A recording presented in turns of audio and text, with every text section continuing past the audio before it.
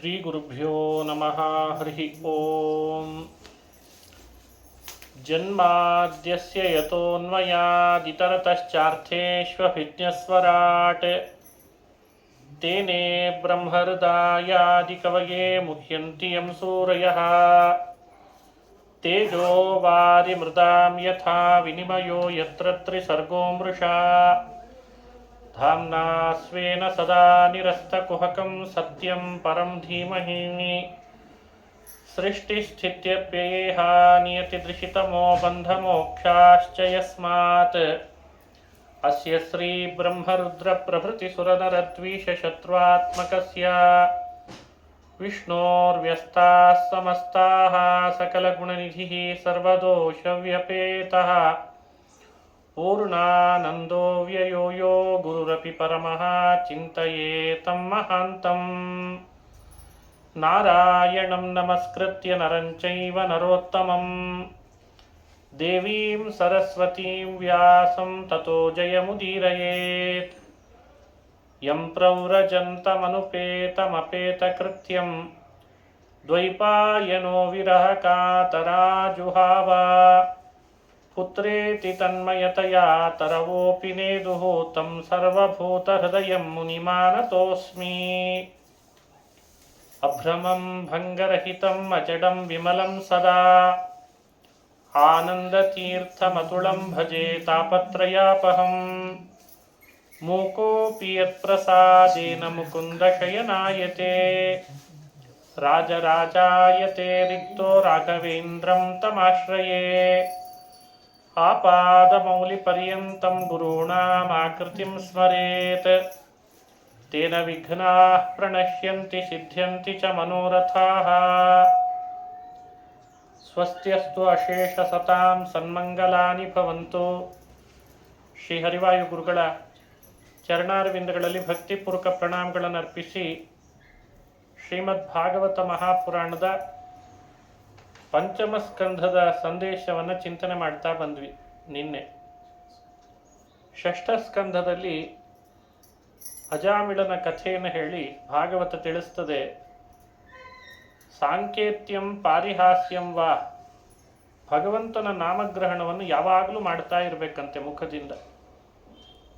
ಸಾಂಕೇತ್ಯಂ ಪಾರಿಹಾಸ್ಯಂ ವಾ ಸ್ತೋಭಂ ಹೇಳನಮೇವ ವೈಕುಂಠ ನಾಮಗ್ರಹಣಂ ಅಶೇಷಾಘಹರಂ ವಿದುಹು. ಮನುಷ್ಯ ತಿಳಿದು ಪಾಪ ಮಾಡ್ತಾನೆ, ತಿಳಿಯದೆ ಪಾಪ ಮಾಡ್ತಿರ್ತಾನೆ. ಪಾಪ ಪರಿಹಾರ ಮಾಡ್ಕೊಳ್ಬೇಕು, ಇಲ್ಲದೆ ಅವನನ್ನ ದುಃಖಕ್ಕೀಡು ಮಾಡ್ತದೆ. ರೋಗ ರುಚಿನ ಅವೆಲ್ಲ ಪಾಪದ ಫಲ, ಅದು ಬೇರೆದರ ಫಲ ಅಲ್ಲ. ನಾವು ಮಾಡಿದ ಪಾಪ ಕರ್ಮಗಳೇ ನಮ್ಮನ್ನ ವ್ಯಾಧಿ ರೂಪೇಣ ಬಾಧತೆ ಅಂತ ಹೇಳ್ತಾರೆ. ನಾವು ಎಷ್ಟೆಷ್ಟು ಪಾಪ ಮಾಡಿರ್ತೇವೆ ಅವೆಲ್ಲ ವ್ಯಾಧಿಯ ರೂಪದಿಂದ ನಮ್ಮನ್ನು ಗೋಳಾಡಿಸ್ತಾರೆ. ಕಳ್ಕೊಳ್ಬೇಕು. ಕಲಿಯುಗದಲ್ಲಿ ಪಾಪ ಪರಿಹಾರಕ ಔಷಧಿ ಯಾವುದು? ಶುಕ ಮುನಿಗಳು ಹೇಳಿದರು, ಬೇರೆ ಬೇರೆ ರೋಗಕ್ಕೆ ಬೇರೆ ಬೇರೆ ಔಷಧಿಗಳಿವೆ. ಪರೀಕ್ಷಿತ್ ರಾಜ ಪಾಪದ ರೋಗ, ಪಾಪ ಬೇರೆ ಬೇರೆ ಇದ್ರು ಔಷಧಿ ಒಂದೇ, ಭಗವಂತನ ನಾಮ ಅಂತ ಹೇಳಿದರು. ಹಾಗಾಗಿ ಬಿಟ್ಟಿಗಳ ನೆವದಿಂದಾಗಲಿ ಹೊಟ್ಟೆಗೋ ಸುಗವಾದಡಾಗಲಿ ಕೆಟ್ಟ ರೋಗ ಪ್ರಯುಕ್ತವಾಗಲಿ ಅಣಕದಿಂದೊಮ್ಮೆ ಹರಿನಾಮದಲ್ಲಿ ನಮ್ಮನ್ನು ತೊಡಗಿಸ್ಕೊಂಡ್ರೆ ಎಲ್ಲ ಪಾಪ ಪರಿಹಾರ ಆಗ್ತದೆ. ಅಜಾಮಿಳ ಮಾಡಬಾರದ ಪಾಪಗಳನ್ನು ಮಾಡಿದ್ರು ಯಮಪಾಶ ಹಾಕಿ ಎಳೆಯುವಾಗ ನಾರಾಯಣ ಅಂತ ಕೂಗಿದ. ಆ ನಾರಾಯಣನ ನಾಮ ಅವನ ಪಾಪಗಳನ್ನು ಪರಿಹರಿಸಿ ಯಮಲೋಕಕ್ಕೆ ಹೋಗದಂತೆ ಮಾಡಿತು ಅಂತ ಕಥೆ ಬಂದಿದೆ. ಇದು ಹರಿನಾಮ ಸ್ಮರಣೆಯ ಮಹತ್ವ ಅಂತ ತಿಳಿಸ್ತಾರೆ. 7ನೇ ಸ್ಕಂದ ಶ್ರೀಮದ್ ಭಾಗವತ ನಮಗೆ ಕೊಡುವಂಥ ಸಂದೇಶ ಏನು? ಅಚಲವಾದ ಶ್ರದ್ಧೆ ದೇವರಲ್ಲಿ ಇರಬೇಕು ಅಂತ. ಅಚಲವಾದ ಶ್ರದ್ಧೆ, ಅದಕ್ಕೆ ಸ್ಫೂರ್ತಿಯಾಗಿ ಪ್ರಹ್ಲಾದ ಭಕ್ತಿಯನ್ನು ಬಹಳ ಮಾಡಿದ ಭಗವಂತನಲ್ಲಿ. ಎಷ್ಟು ಭಕ್ತಿ ಮಾಡಿದಾನೆ, ಎಂಥ ಭಕ್ತಿ ಮಾಡಿದಾನೆ ಅಂತ ಭಾಗವತ ಹೇಳ್ತದೆ. ಅವನು ಮನಸ್ಸು ಮಾಡಿದರೆ ಹಿರಣ್ಯಕಶ್ಯಪು ಪರವಾಗಿ ಬಿಟ್ಟ, ಆಗಬಹುದಾಗಿತ್ತು.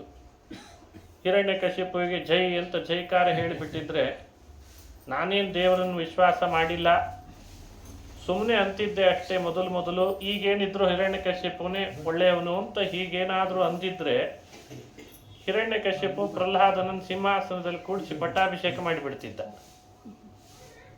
ರಾಮಾಯಣದ ಕಥೆ ಹೇಳುವಾಗ ಹೇಳ್ತಾರಲ್ಲ, ಆಗೆಲ್ಲ ಕೆಲವರು ರಾಮನ ಭಯಕ್ಕೆ ರಾಮಾಯ ಸ್ವಸ್ತಿ ಅಂತಿದ್ರಂತೆ, ರಾವಣನ ಭಯಕ್ಕೆ ರಾವಣಾಯ ಸ್ವಸ್ತಿ ಅಂತಿದ್ರಂತೆ. ಬೇಕಾದಾಗ ರಾಮ, ಬೇಕಾದಾಗ ರಾವಣ. ಹಾಗಾಗಿ ರಾಮಾಯ ಸ್ವಸ್ತಿ ರಾವಣಾಯ ಸ್ವಸ್ತಿ ಅಂತ ಕೆಲವರು ಹಾಕಿದ್ರು, ಎಲ್ಲರೂ ಹಾಗಲ್ಲ. ಹಾಗೆ ಪ್ರಹ್ಲಾದನು ಹಿರಣ್ಯಕಶಿಪು ಇಷ್ಟು ಗೋಳಾಡಿಸ್ತಿದ್ದಾನೆ, ನನ್ನನ್ನೇ ಕೊಲ್ಲಬೇಕು ಅಂತ ಪ್ರಯತ್ನ ಪಡ್ತಿದ್ದಾನೆ. ಆ ಹರಿ ಹರಿ ಹರಿ ಅಂತ ನಾಮ ಹೇಳೋದಕ್ಕಿಂತ ಹಿರಣ್ಯಕಶಿಪು ಅಂತ 4 ಸಲ ನಾಮ ಹೇಳಿಬಿಟ್ಟಿದ್ರೆ ಅವಂದೇ ಎಷ್ಟು ಸಂತೋಷ ಆಗಿ ಹೋಗ್ತಿತ್ತು ಹಿರಣ್ಯಕಶಿಪುವಿಗೆ. ಇಷ್ಟೊತ್ತಿಗೆ ಏನೆಲ್ಲ ಆಗಿಬಿಡ್ತಿದ್ದ ಪ್ರಹ್ಲಾದ.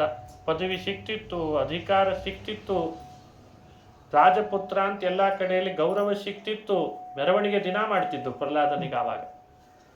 ಆದರೆ ಭಾಗವತ ಪ್ರಹ್ಲಾದ ಒಮ್ಮೆಯೂ ಹಾಗೆ ಮಾಡಲಿಲ್ಲ. ನೀನು ಭಗವಂತನನ್ನು ದ್ವೇಷಿಸ್ತಿ ಅಂತ ಪ್ರಹ್ಲಾದ ಅವನ ನಾಮ ಹೇಳಲೇ ಇಲ್ಲ. ಕೊನೆಗೂ ಅವನಿಗೆ ಗೌರವ ಕೊಡಲೇ ಇಲ್ಲ. ತಂದೆ ಅಂತ ಎಷ್ಟು ಕೊಡಬೇಕೋ ಅಷ್ಟೇ ಕೊಡ್ತಿದ್ದ, ಆದರೆ ಹರಿದ್ವೇಷದ ವಿಷಯದಲ್ಲಿ ರಾಜಿ ಮಾಡಿಕೊಳ್ಳಿಲ್ಲ.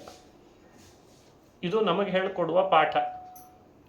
ಕುಟುಂಬ ಸದಸ್ಯನಾಗಿಯೂ ಹಿರಣ್ಯಕಶಿಪುನನ್ನು ತಂದೆ ಅಂತ ಒಪ್ಪಿಟ್ಟುಕೊಳ್ಬೋದೇ ಅಷ್ಟೇ ಹೊರತು ಹರಿಭಕ್ತಿಯ ವಿಷಯದಲ್ಲಿ ರಾಜಿ ಆಗ್ಲಾರೆ ಅಂತಂದ. ಧರ್ಮದ ವಿಷಯದಲ್ಲಿ, ಪ್ರಾಮಾಣಿಕತೆ ವಿಷಯದಲ್ಲಿ, ದೈವ, ಆಸ್ತಿಕತೆ, ವೇದ ಈ ವಿಷಯದಲ್ಲಿ ರಾಜಿ ಆಗಬಾರ್ದು ಅಂತದ್ದು. ಇನ್ನೆಲ್ಲ ವಿಷಯದಲ್ಲಿ ಏನೋ ಒಂದು ಮನೆ ಕಟ್ಟಿಸ್ತಿರ್ತಾರೆ, ಅರ್ಧ ಅಡಿ ನಿಮ್ಮದು ಅರ್ಧ ಅಡಿ ನಮ್ಮದು, ಪರವಾಗಿಲ್ಲ ತಗೊಳ್ಳಿ ಅನ್ಬೇಕಂತ. ಏನೋ ಒಂದೇ ಒಂದು ಗೋಡೆ ಬರ್ತಾ ಇರ್ತದೆ ಮಧ್ಯದಲ್ಲಿ, ಇಬ್ಬರಿಗೂ ಲಾಸ್ ಆಗೋದು ಬೇಡ, ಗೋಡೆ ಲಾಸ್ ಜಾಗ ಲಾಸ್ ಆಗ್ತದೆ, ಮತ್ತು ಬಿರುದು ಮೇಲಿನ ಒಂದು ಗೋಡೆ ಕಟ್ಬಿಡ, ಪರವಾಗಿಲ್ಲ ಬಿಡಿ, ಅದು ರಾಜಿ ಆದ್ರೆ ತಪ್ಪಲ್ಲ. ಹೀಗೆ ಬೇರೆ ಬೇರೆ ವಿಷಯದಲ್ಲಿ ರಾಜಿ ಆಗೋದಕ್ಕೂ ಈ ಧರ್ಮ, ದೈವ, ವೇದ, ಪ್ರಾಮಾಣಿಕತೆ ಈ ವಿಷಯದಲ್ಲಿ ರಾಜಿ ಆಗಬಾರ್ದು. ನಿಯತ್ತು ಅಂತ ಕರೀತಾರೆ ಅದನ್ನೇ. ಇವತ್ತು ಮನುಷ್ಯ ಈ ವಿಷಯದಲ್ಲಿ ಯಾರು ದ್ರೋಹ ಮಾಡ್ತಾರೆ ಅವರನ್ನು ಯಾವತ್ತೂ ರಾಜಿ ಮಾಡ್ಕೊಳ್ಬಾರ್ದು. ಬೇಕಂದ್ರೆ ಅವರನ್ನು ಆ ಧರ್ಮದ ವಿಷಯದಲ್ಲಿ ಪರಿವರ್ತನೆ ಮಾಡ್ಲಿಕ್ಕೆ ಹೇಳಬೇಕಂತ. ಪ್ರಹ್ಲಾದ ಆ ಕಾಲದಲ್ಲಿ ಹಾಗೆ ಮಾಡಿಬಿಟ್ಟ. ಎಲ್ಲ ಅಸುರ ಬಾಲಕರೇ ಇರ್ತಿದ್ರು ಪಾಠಶಾಲೆಯಲ್ಲಿ, ಒಬ್ರಿಗೂ ಹರಿನಾಮ ಬರ್ತಿರ್ಲಿಲ್ಲ. A for apple, B for ball ಹಿಂಗೆ ಹೇಳ್ತಿದ್ವು ಅವೆಲ್ಲ. ಸಿ ಫಾರ್ ಕ್ಯಾಟ್ ಅಂತಾರಲ್ಲ, ಅವೆಲ್ಲ ಕಾನ್ವೆಂಟಿನ ವ್ಯವಸ್ಥೆ ಇದ್ದಾಗ ಒಂದು ಆ ಕಾಲದಲ್ಲಿ ಹೊಸ ಅದೊಂದು ಕಾನ್ವೆಂಟ್. ಅಂಥವರಿಗೆ ಪ್ರಹ್ಲಾದ ಹರಿಭಕ್ತಿಯ ಪಾಠ ಮಾಡಿದ ಅಂತದೆ ಭಾಗವತ. ಧರ್ಮಾನ್ ಭಾಗವತಾನ್ ಕೌಮಾರ ಆಚರೇತ್ ಪ್ರಾಜ್ಞ. ನೀವು ಈ ವಯಸ್ಸು ಸಣ್ಣದಿದ್ದಾಗಲೇ ಭಾಗವತ ಧರ್ಮಗಳನ್ನು ಆಚರಣೆ ಮಾಡಬೇಕು ಅಂತ ಅವ್ರಿಗೆ ಪಾಠ ಮಾಡಿದ. ಅಸುರ ಬಾಲಕರಿಗೆ ಧರ್ಮ ಅಂದರೆ ಗೊತ್ತಿಲ್ಲ, ತ್ರಿವ ಅಂದರೆ ಗೊತ್ತಿಲ್ಲ. ಆದರೆ ಪ್ರಹ್ಲಾದನ ಮುದ್ದಾದ ಮುಖ, ಗಂಭೀರವಾದಂಥ ಅವನ ವಿಷಯಗಳ ನಿರೂಪಣೆ, ಅವನ ವಾಣಿಯಲ್ಲಿದ್ದಂಥ ಅಪೂರ್ವ ಆಕರ್ಷಣೆ ಎಲ್ಲ ಅಸುರ ಬಾಲಕರನ್ನು ಒಂದೇ ಕಡೆಯಲ್ಲಿ ಸೆರೆ ಹಿಡಿದು ಕೊಟ್ಬಿಟ್ಟಿತ್ತಂತೆ. ಅವರಿಗೆಲ್ಲ ದೇವರ ಪರಿಚಯ ಮಾಡಿಸ್ಬಿಟ್ಟ. ಪಾಠಶಾಲೆಯಲ್ಲಿ ಷಂಡ ಮರ್ಕರು ಅಂತ ಇಬ್ಬರು ಇದ್ರಂತೆ, ಅವರು ಪ್ರೊಫೆಸರ್ಸ್ ಅವರೇ. ಪಾಠ ಮಾಡ್ತಾ ಇದ್ರು, ಯಾರಿಗೂ ರುಚಿಸ್ತಾನೆ ಇಲ್ಲ ಪ್ರಹ್ಲಾದನ ಪಾಠ ಕೇಳಿದ ಮೇಲೆ. ಸಮಯ ಇದ್ದಾಗೆಲ್ಲ ಪ್ರಹ್ಲಾದನೇ ಪಾಠ ತಗೋತಾ ಇದ್ದ. ಆಮೇಲೆ ಆ ದೈತ್ಯ ಬಾಲಕರೆಲ್ಲ ಪ್ರಹ್ಲಾದ ನೀನೇ ಹೇಳು, ಚೆನ್ನಾಗಿ ಹೇಳ್ತಿ ಪಾಠ ಅಂತ ಶುರು ಮಾಡಿದ್ರಂತೆ. ದಿನ ಇವಂದೇ ಪಾಠ. ಒಮ್ಮೆಂತೂ ಷಂಡಾಮರ್ಕರು ಸ್ಕೂಲಲ್ಲಿ ಶಾಲೆಯಲ್ಲಿ ಇರಲಿಲ್ಲ, ಸ್ವಲ್ಪ ಸಮಯ ಕೊಟ್ಟಿದ್ದಾರೆ. ಎಲ್ಲ ಅಸುರ ಬಾಲಕರ ಕಡೆಯಲ್ಲಿ ಪ್ರಹ್ಲಾದ ಭಜನೆ ಮಾಡಿಸ್ತಿದ್ದಂತೆ, ಹರಿಭಜನೆ. ಹರಿ ಹರಿ ಗೋವಿಂದ ನರಹರಿ ಗೋವಿಂದ. ಇದನ್ನು ರೆವಲ್ಯೂಷನ್ ಅಂತ ಕರೀತಾರೆ ಇವತ್ತು.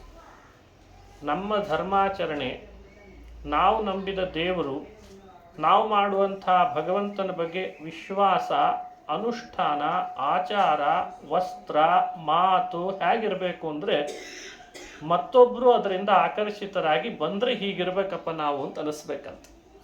ಇದನ್ನು ಪ್ರಹ್ಲಾದ ಜಗತ್ತಿಗೆ ಹೇಳಿಕೊಟ್ಟ. ಪ್ರಹ್ಲಾದನಾಗಿ ನಾವು ಇರೋಣ ಅಂತ ಆಸೆ ಆಯ್ತಂತ ಅವರಿಗೆಲ್ಲ. ಯಾಕಿರಬಾರ್ದು? ಇವತ್ತೇನಾಗಿದೆ ಅಂದರೆ ಧರ್ಮ ಆಚರಣೆ ಅನುಷ್ಠಾನಗಳು ಮತ್ತೊಬ್ಬರಿಗೆ ಎಲ್ಲೋ ಒಂದು ಕಡೆಯಿಂದ ಹಿಂಸೆ ತರೋ ಹಾಗಾಗಿಬಿಟ್ಟು ಜನ್ರೇಷನ್ ಗ್ಯಾಪ್ ಅದಕ್ಕೆ ಜಾಸ್ತಿ ಆಗ್ತಾ ಇದೆ. ತಂದೆ ತಾಯಂದ್ರೆ ಮಾಡೋ ಅನುಷ್ಠಾನವೇ ಬೇರೆ, ಮಕ್ಕಳಿಗೆ ಅದರದ್ದು ಸಂಸ್ಕಾರ ಇರಲ್ಲ, ಅವ್ರಿಗೆ ಅದೇನೋ ಹೆಜಿಟೇಷನ್ ಕೊಡ್ಲಿಕ್ಕೆ ಪ್ರಾರಂಭ ಆಯಿತು. ಎಷ್ಟು ಗ್ಯಾಪ್ ಬೀಳ್ತಾ ಇದೆ ಇವತ್ತು. ತಂದೆ ತಾಯಿ ಮಕ್ಕಳು ಮೊಮ್ಮಕ್ಕಳು ಎಲ್ಲ ಗ್ಯಾಪ್ ಬೀಳ್ಲಿಕ್ಕೆ ಪ್ರಾರಂಭ ಆಯಿತು.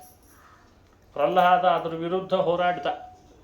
ಯಾಕಂದರೆ ಹಿರಣ್ಯಕಶ್ಯಪು ಅಸುರ, ಅವನ ಮನೆಯಲ್ಲಿ ಈ ಸಂಸ್ಕಾರ ಧರ್ಮದ ಬಗ್ಗೆ ಅಷ್ಟೇನು ಹೇಳ್ಕೊಳ್ಳುವಂಥ ಅನುಷ್ಠಾನಗಳಿರಲಿಲ್ಲ. ಒಂದಿಷ್ಟೇನೋ ಪುರೋಹಿತರು ಬರ್ತಿದ್ರು, ಶುಕ್ರಾಚಾರ್ಯರೇ ಇದ್ರು ಗುರುಗಳು, ಅವು ಇವು ಒಂದಿಷ್ಟು ಮಾಡಿಸ್ತಿದ್ರು. ಆದರೆ ಫೋಟೋ ಗೀಟೋ ಎಲ್ಲ ವಿಷ್ಣುಂದೆಲ್ಲ ಇಡಬೇಡ ಎಂದಿದ್ದಾವೆ. ಈಗೆಲ್ಲ ಮನೆಯಲ್ಲಿ ಕುದುರೆಗಿದ್ರೆ ಫೋಟೋ ಹಾಕೊಳ್ಳೋ ಪದ್ಧತಿ ಬಂದಿದೆ. ಇನ್ನು ಕೆಲವ್ರ ಮನೆಯಲ್ಲಂತೂ ಆ ಚೈನೀಸ್ ಗೊಂಬೆ ಇಡ್ತಾರೆ, ಅದು ಕುತ್ತಿಗೆ ಯಾವಾಗಲೂ ಹಿಂಗೆ ಹಿಂಗೆ ಅಳಗೆ ಆಡ್ತಿರ್ಬೇಕು. ಅದು ಬೆಳಗ್ಗೆ ಎದ್ದು ಕೂಡಲೇ ಅದನ್ನೇ ನೋಡ್ಬೇಕಾಗ್ತದೆ. ಅದೇನೋ ಉತ್ಸಾಹ ಬರ್ತದಂತೆ. ಆ ಚೈನಿ ಬೊಂಬೆ ಅಂತ ಒಂದಿದೆ, ಅದು ಹಿಂಗೆ ಹಿಂಗೆ ಕುತ್ತಿಗೆ ಅಳಗಾಡ್ತಿದ್ರೆ ಅದನ್ನೇ ನೋಡ್ತಿರ್ಬೇಕಂತೆ. ಕಾನ್ಸಂಟ್ರೇಷನ್ ಕೊಟ್ಟು ಕೆಲಸ ಮಾಡ್ಲಿಕ್ಕೆ ಉತ್ಸಾಹ ಬರ್ತದೆ ಅಂತ. ಏನೇನೋ ಶುರು ಆಗಿದೆ ಭೂಮಿಯಲ್ಲಿ. ಕುದುರೆ ಫೋಟೋ ಹಾಕಿದೆ, ಭಗವಂತನ ನಾಮ, ಭಗವಂತನ ಪದಗಳು, ಪದ್ಯ, ಸುಳಾದಿ, ಹರಿದಾಸರ ಕೀರ್ತನೆ, ಯಾವುದರ ಸಂಸ್ಕಾರ ಹಿರಣ್ಯಕಶಿಪುವಿನ ಮನೆಯಲ್ಲೇ ಇರಲಿಲ್ಲ. ಅದನ್ನು ಹುಟ್ಟಾಕಿದವನು ಪ್ರಹ್ಲಾದ. ಆವಾಗ ಅಂದ್ರೆ ಅಂಥ ವಿರೋಧ ಮಾಡ್ತಾ ಇದ್ದ ಹಿರಣ್ಯಕಶಿಪುವಿಗೆ ಭಕ್ತಿಯ ಪಾಠವನ್ನು, ಭಕ್ತಿಯ ಛಲವನ್ನು, ಭಕ್ತಿಯ ಮಹಿಮೆಯನ್ನು ತೋರಿಸ್ಬೇಕಾದ್ರೆ ಪ್ರಹ್ಲಾದನ ಭಕ್ತಿ ಎಷ್ಟು ದೃಢವಾಗಿತ್ತು ಅನ್ಲಿಕ್ಕೆ ಇದು ಸ್ಫೂರ್ತಿ ಅಂತಂತಾರೆ. ಇದು ನನ್ನ ಸಂದೇಶ. ಇಂಥ ಪ್ರಹ್ಲಾದನ ಭಕ್ತಿಗಲ್ಲದೆ ಇನ್ಯಾರಿಗೂ ಒಲಿತಾನೆ ಶ್ರೀಹರಿ. ಕೂಗಿರು ಕೂಡಲೇ ಬಂದಿದ್ದಾನೆ. ಕಂಬ ಬಿರುಕು ಬಿಟ್ಟುಕೊಂಡೇ ಬಂದ್ಬಿಟ್ಟ ಭಗವಂತ. ಎಲ್ಲಿದ್ದಾನೋ ನಿನ್ನ ಕಾಪಾಡುವ ಹರಿ ಅಂತಂದರೆ ಸ್ತಂಭಂ ತಾಡಾತಿ ಬಲಸ್ವ ಮುಷ್ಟಿನ. ಸ್ತಂಭ ತಾಡನೆ ಮಾಡಿದರೆ ಕಂಬ ಬಿರುಕು ಬಿಟ್ಟುಕೊಂಡು ಸತ್ಯಂ ವಿಧಾತುಂ ನಿಜ ಭೃತ್ಯ ಭಾಷಿತಂ ವ್ಯಾಪ್ತಿಂಚ ಭೂತೇಷ್ವಖಿಲೇಷು ಚಾತ್ಮನಃ ಅದೃಶ್ಯತಾತ್ಯದ್ಭುತ ರೂಪಮುದ್ವಹನ್ ಸ್ತಂಭೆ ಸಭಾಯಾಂ ನ ಮೃಗಂ ನ ಮಾನುಷಂ. ಮುಖ ನೋಡ್ತಾನೆ, ಸಿಂಹದಂತಿದೆ. ಸಿಂಹವೇ ಅಲ್ಲ, ಸಿಂಹದಂತಿದೆ. ಕೈ ಕಾಲುಗಳನ್ನೆಲ್ಲ ನೋಡ್ತಾನೆ ಹಿರಣ್ಯಕಶಿಪು. ನರನಂತಿದೆ, ನರನೇ ಅಲ್ಲ. ನರನಂತಲ್ಲ, ಮೃಗದಂತಲ್ಲ ಅಂತಾರೆ ಶ್ರೀಪಾದರಾಜ. ಹಲ್ಲು ಕಟ್ಟಿಟ್ಟಿದ್ದಾನೆ. ಕೈಗಳನ್ನು ಆಗಾಗ ಬೆರಳುಗಳಿಂದ ಲಟ ಲಟ ಲಟ ಲಟ ಎಂದು ಪಲ್ ಕಟ್ಟಿಯುತ್ತೀರೆ ಅಂತ ಹೇಳ್ತಾರಲ್ಲ ಮಹಾನುಭಾವರು. ಲಟ ಲಟ ಅಂತ ಹಲ್ಲು ಕಟ್ಟಿಟ್ಟಿದ್ದಂತೆ. ಕಾಲಿಗೆ ಗೆಜ್ಜೆ ಕಟ್ಟಿದ್ದ. 16 ಭುಜಗಳಿಂದ ಆಯುಧಗಳನ್ನು ಪ್ರಕಟಗೊಳಿಸಿ ಭಗವಂತ ಎರಡೇ ಕೈಗಳಲ್ಲಿ ಆಯುಧ ಹಿಡ್ಕೊಂಡು ಬಂದಿರಲಿಲ್ಲ ಅಂತ. ಎರಡೇ ಕೈ ಖಾಲಿ, ಉಳಿದೆಲ್ಲ ಭುಜಗಳಲ್ಲಿ ಆಯುಧ. ಹರಿಹರ ಮಸಿಕೇಟೌ ಬಾಣ ಚಾಪೌ ಗದಾಂ ಸನ್ಮುಸಲಮಪಿ ಕರಾಭ್ಯಾಂ ಅಂಕುಶಂ ಪಾಶವರ್ಯಂ. ಇಷ್ಟು ಆಯುಧ ಹಿಡ್ಕೊಂಡಿದ್ದ ಅಂತ. 16 ಭುಜಗಳು, ಎರಡೆರಡು ಭಗವಂತನ ಅಪೂರ್ವವಾದ ಕೈಗಳಲ್ಲಿ ಆ ಭುಜಗಳ ಆಯುಧಗಳನ್ನು ವರ್ಣನೆ ಮಾಡಿದ್ದಾರೆ. ಕೇಸರಮಯವಾದ ಗುಂಗುರು ಕೂದಲು ಮುಖದ ಮೇಲೆ ಬಂದಿದ್ದನ್ನು ಚಿಮ್ಮಿದ್ರೆ ಆಕಾಶಕ್ಕೆ ನಭೋಲೋಕ ವ್ಯಾಪ್ತಿದ ನೃಸಿಂಹನ ಕೂದಲು ಮೋಡಗಳು ಛಿದ್ರ ಛಿದ್ರ ಆಗುವ ಹಾಗೆ ಮಾಡಿ ಗುಡುಗು ಸಿಡಲು ಪ್ರಾರಂಭ ಆಗಿಬಿಡ್ತಂತೆ. ಮೊದಲೇ ಸ್ತಂಭ ಬಿರುಕು ಬಿಟ್ಟಾಗಲೇ ಬ್ರಹ್ಮಾಂಡ ಕಟಾಹ ಶಬ್ದ ಬಂದಿದೆ. ಇನ್ನು ಮೋಡಗಳು ಛಿದ್ರ ಆಯಿತು, ಮಳೆ ಬರುವಂತಾಗಿದೆ. ದೇವತೆಗಳೆಲ್ಲ ಓಡೋಡಿ ಬಂದರು. ನರಸಿಂಹಾವತಾರ ಆಯಿತು, ದರ್ಶನ ಮಾಡೋಣ ಇನ್ನು ಅಂತ. ಅವರಿಗೆಲ್ಲ ಆಹ್ವಾನ ಕೊಟ್ಟ ಹಾಗಾಗಿದೆ ಆ ಶಬ್ದ. ನರಸಿಂಹನ ರೂಪ ನೋಡ್ಲಿಕ್ಕೆ ಬಂದಿದ್ದಾರೆ. ಹಿರಣ್ಯಕಶಿಪುವಿಗೆ ಇಲ್ಲೇ ಇದ್ದೀಯಾ ನೀನು, ನಿನ್ನಿಲ್ಲ ಅನ್ನಿಸ್ತೇನೆ ಅಂತ ಇವನಿಗೇನೋ ಅಹಂಕಾರ. ಆಯುಧ ತಗೊಂಡು ಹೀಗೆ ಅವನ ಮೇಲೆ ಎತ್ತಲಿಕ್ಕೆ ಹೋದರೆ ನರಸಿಂಹ ಹಾರಿ ಬಂದು ನಿಂತುಕೊಂಡಂತೆ. ಮುಂದೆ ಹಾರಿ ನಿಂತು ಒಂದ್ಸಲಿ ಗರ್ಜಿಸಿದ. ಆ ಗರ್ಜಿಸಿದ ಧ್ವನಿಗೇನೆ ಹಿರಣ್ಯಕಶಿಪುವಿನ ಎದೆ ನಡಗ ಇನ್ನೂ ಹೆಚ್ಚಾಗಿಬಿಡ್ತು. ಅರ್ಧ ಸತ್ತೇ ಹೋಗಿದ್ದ ಹಿರಣ್ಯಕಶಿಪು. ಆ ಗಂಭೀರವಾದ ನಾದ ಆಗಿತ್ತಂತೆ. ಬಾಯಿ ತೆಗೆದು ನಾಲಿಗೆ ಚಾಚಿದರೆ ಖಡ್ಗ ಚಾಚಿದಾಗ ಆಗಿದೆ. ಗುಹೆ ತೆಗೆದು ಹಾಕಿ ತೆಗೆದಿದ್ದಾನೆ. ಕೆಂಡದಂಥ ಕಣ್ಣು, ಕೆಂಡನೇ ಉಗುಳ್ತಿದೇನೋ ಕಣ್ಣು ಅನಿಸೋ ಹಾಗಿತ್ತಂತೆ. ಇಂಥ ಅದ್ಭುತ ಭಯಾನಕ ರೂಪವನ್ನು ತೋರಿಸಿ ಎಲ್ಲಿದ್ದೇನೆ ಅಂತಿದ್ದೆಲ್ಲ ಹಿರಣ್ಯಕಶಿಪು, ಇಲ್ಲೇ ಇದ್ದೇನೆ, ಏನು ಮಾಡ್ತೀನಿ ಅಂತಂದ. ಎಡಗೈಯಲ್ಲಿ ಹಿರಣ್ಯಕಶಿಪುನನ್ನು ದರ ದರ ಎಳ್ಕೊಂಡು ಬಂದು ಮನೆ ಒಳಗಲ್ಲ ಮನೆ ಹೊರಗಲ್ಲ ಹೊತ್ಸಿಲ ಮೇಲೆ ಕುಳಿತುಕೊಂಡು ತೊಡೆ ಮೇಲೆ ಹಿರಣ್ಯಕಶಿಪುನನ್ನು ಹಾಕಿ ಉಗುರು ಸಾಕು ಅಂತಂದ. ಉಗುರು ಸಾಕು, ಉಗುರೇ ಆಯುಧ ಆಗಿ ಅವನನ್ನು ಬಗೆದು ಒಳಗಿರುವ ಕರಳಿನ ಮಾಲೆಯನ್ನು ತೆಗೆದು ಕುತ್ತಿಗೆಗೆ ಹಾಕ್ಕೊಂಡಿದ್ದಾನೆ. ಗರ್ಜನೆ ಮಾಡ್ತಿದ್ದಾನೆ. ಬ್ರಹ್ಮಾದಿಗಳೆಲ್ಲ ಪುಷ್ಪವೃಷ್ಟಿ ಮಾಡಿಬಿಟ್ರು. ಈ ಚರಿತ್ರೆ ಭಾಗವತ ಸಪ್ತಮ ಸ್ಕಂದ ಹೇಳಿ ತೋರಿಸ್ತದೆ. ದೇವ್ರು ಇಲ್ಲ ಇಲ್ಲ ಅಂತ ಯಾರೂ ಹಠ ಮಾಡಬೇಡ್ರಿ, ನಾಸ್ತಿಕತೆಯ ಧೋರಣೆ ತಾಳಬೇಡ್ರಿ, ಅಂಥವರಿಗೆ ಹಿರಣ್ಯಕಶಿಪುವಿಗಾದ ಶಿಕ್ಷೆ ಆಗ್ತದೆ ಅಂತ ತೋರಿಸ್ತದೆ. ಹೀಗೆ ನಾಸ್ತಿಕವಾದಕ್ಕೆ ನೃಸಿಂಹ ತೋರಿಸಿದಂಥ ಭಯಾನಕ ರೂಪ ಅದು ಯಾವತ್ತಿದ್ರೂ ಅವರನ್ನು ಭಯಪಡಿಸ್ತಾ ಇರ್ತದೆ. ಅದೇ ಪ್ರಹ್ಲಾದನಿಗೆ ಬ್ರಹ್ಮದೇವರು ಸ್ತೋತ್ರ ಮಾಡು ನೃಸಿಂಹನನ್ನ ಅಂತ ಹೇಳಿ ಕಳಿಸಿದ್ರಂತೆ. ನೃಸಿಂಹನನ್ನ ಹತ್ರ ಬಂದು ಮುಗುಳು ನಗುತ್ತಾ ನಿರ್ಭಯನಾಗಿ ಕೈ ಎರಡೂ ಜೋಡಿಸಿ ಭಕ್ತಿಯಿಂದ ನಮ್ರನಾಗಿ ಪ್ರಹ್ಲಾದ ಸ್ತೋತ್ರ ಮಾಡಿದ ನೃಸಿಂಹದೇವರನ್ನು. ಬ್ರಹ್ಮಾದಯ ಸುರಗಣಾ ಮುನಯೋಥ ಸಿದ್ಧಾ ಸತ್ವೈಕತಾನಮತಯೋ ವಚಸಾಂ ಪ್ರವಾಹೈ. ಇದು ಬ್ರಹ್ಮ ರುದ್ರ ಇಂದ್ರಾದಿ ದೇವತೆಗಳು ನಿನ್ನ ಪಾದಾರವಿಂದಗಳಲ್ಲಿ ಗಂಗಾ ಪ್ರವಾಹದಂತೆ ಸ್ತೋತ್ರದ ಪ್ರವಾಹ ಹರಿಸಿದ್ರಲ್ಲ, ನೀನು ಶಾಂತನಾಗದೆ ನನ್ನಂಥ ಅಸುರನ ಮನೆಯಲ್ಲಿ ಹುಟ್ಟಿದವನ ಬಾಲಕನ ತೊದಲು ನುಡಿಗೆ ಶಾಂತನಾಗ್ತಿದ್ದೆ ಅಂದರೆ ನೀನಲ್ಲದೆ ಸರ್ವೋತ್ತಮ ಇನ್ಯಾರು ಅಂತಂದ್ರ. ನಿನ್ನನ್ನು ಪ್ರೀತಿಪಡಿಸ್ಲಿಕ್ಕೆ ಭಕ್ತಿ ಒಂದೇ ಸಾಕು ಅಂದೇ ನಾನು ತೀರ್ಮಾನಿಸಿದೆ. ಮೊಸಳೆ ಗಟ್ಟಿ ಹಿಡಿದು ಎಳಿತಿತ್ತಲ್ಲ ಗಜೇಂದ್ರನನ್ನ, ಯಾರು ರಕ್ಷಣೆ ಮಾಡಿದರು? ನೀನಲ್ವೇ ನರಹರಿ. ಅವತ್ತು ಹರಿ, ಇವತ್ತು ನರಹರಿ ಅಂತಂದ್ರಂತೆ. ಆ ನರಹರಿನೇ ಈ ಹರಿನೇ ಆ ನರಹರಿ ಅಂದು ಬಂದು ಆ ಗಜೇಂದ್ರನನ್ನು ಅನುಗ್ರಹಿಸಿದಾಗ ಅವನೇನು ವೇದ ಕಲ್ತವನೇ, ವೇದಾಂತ ಓದಿದವನೇ, ಗಜೇಂದ್ರನಲ್ಲೇನಿತ್ತು ರೂಪನೇ, ಲಾವಣ್ಯನೇ, ಶ್ರೀಮಂತಿಕೆನೇ, ಏನೇನಿಲ್ಲ.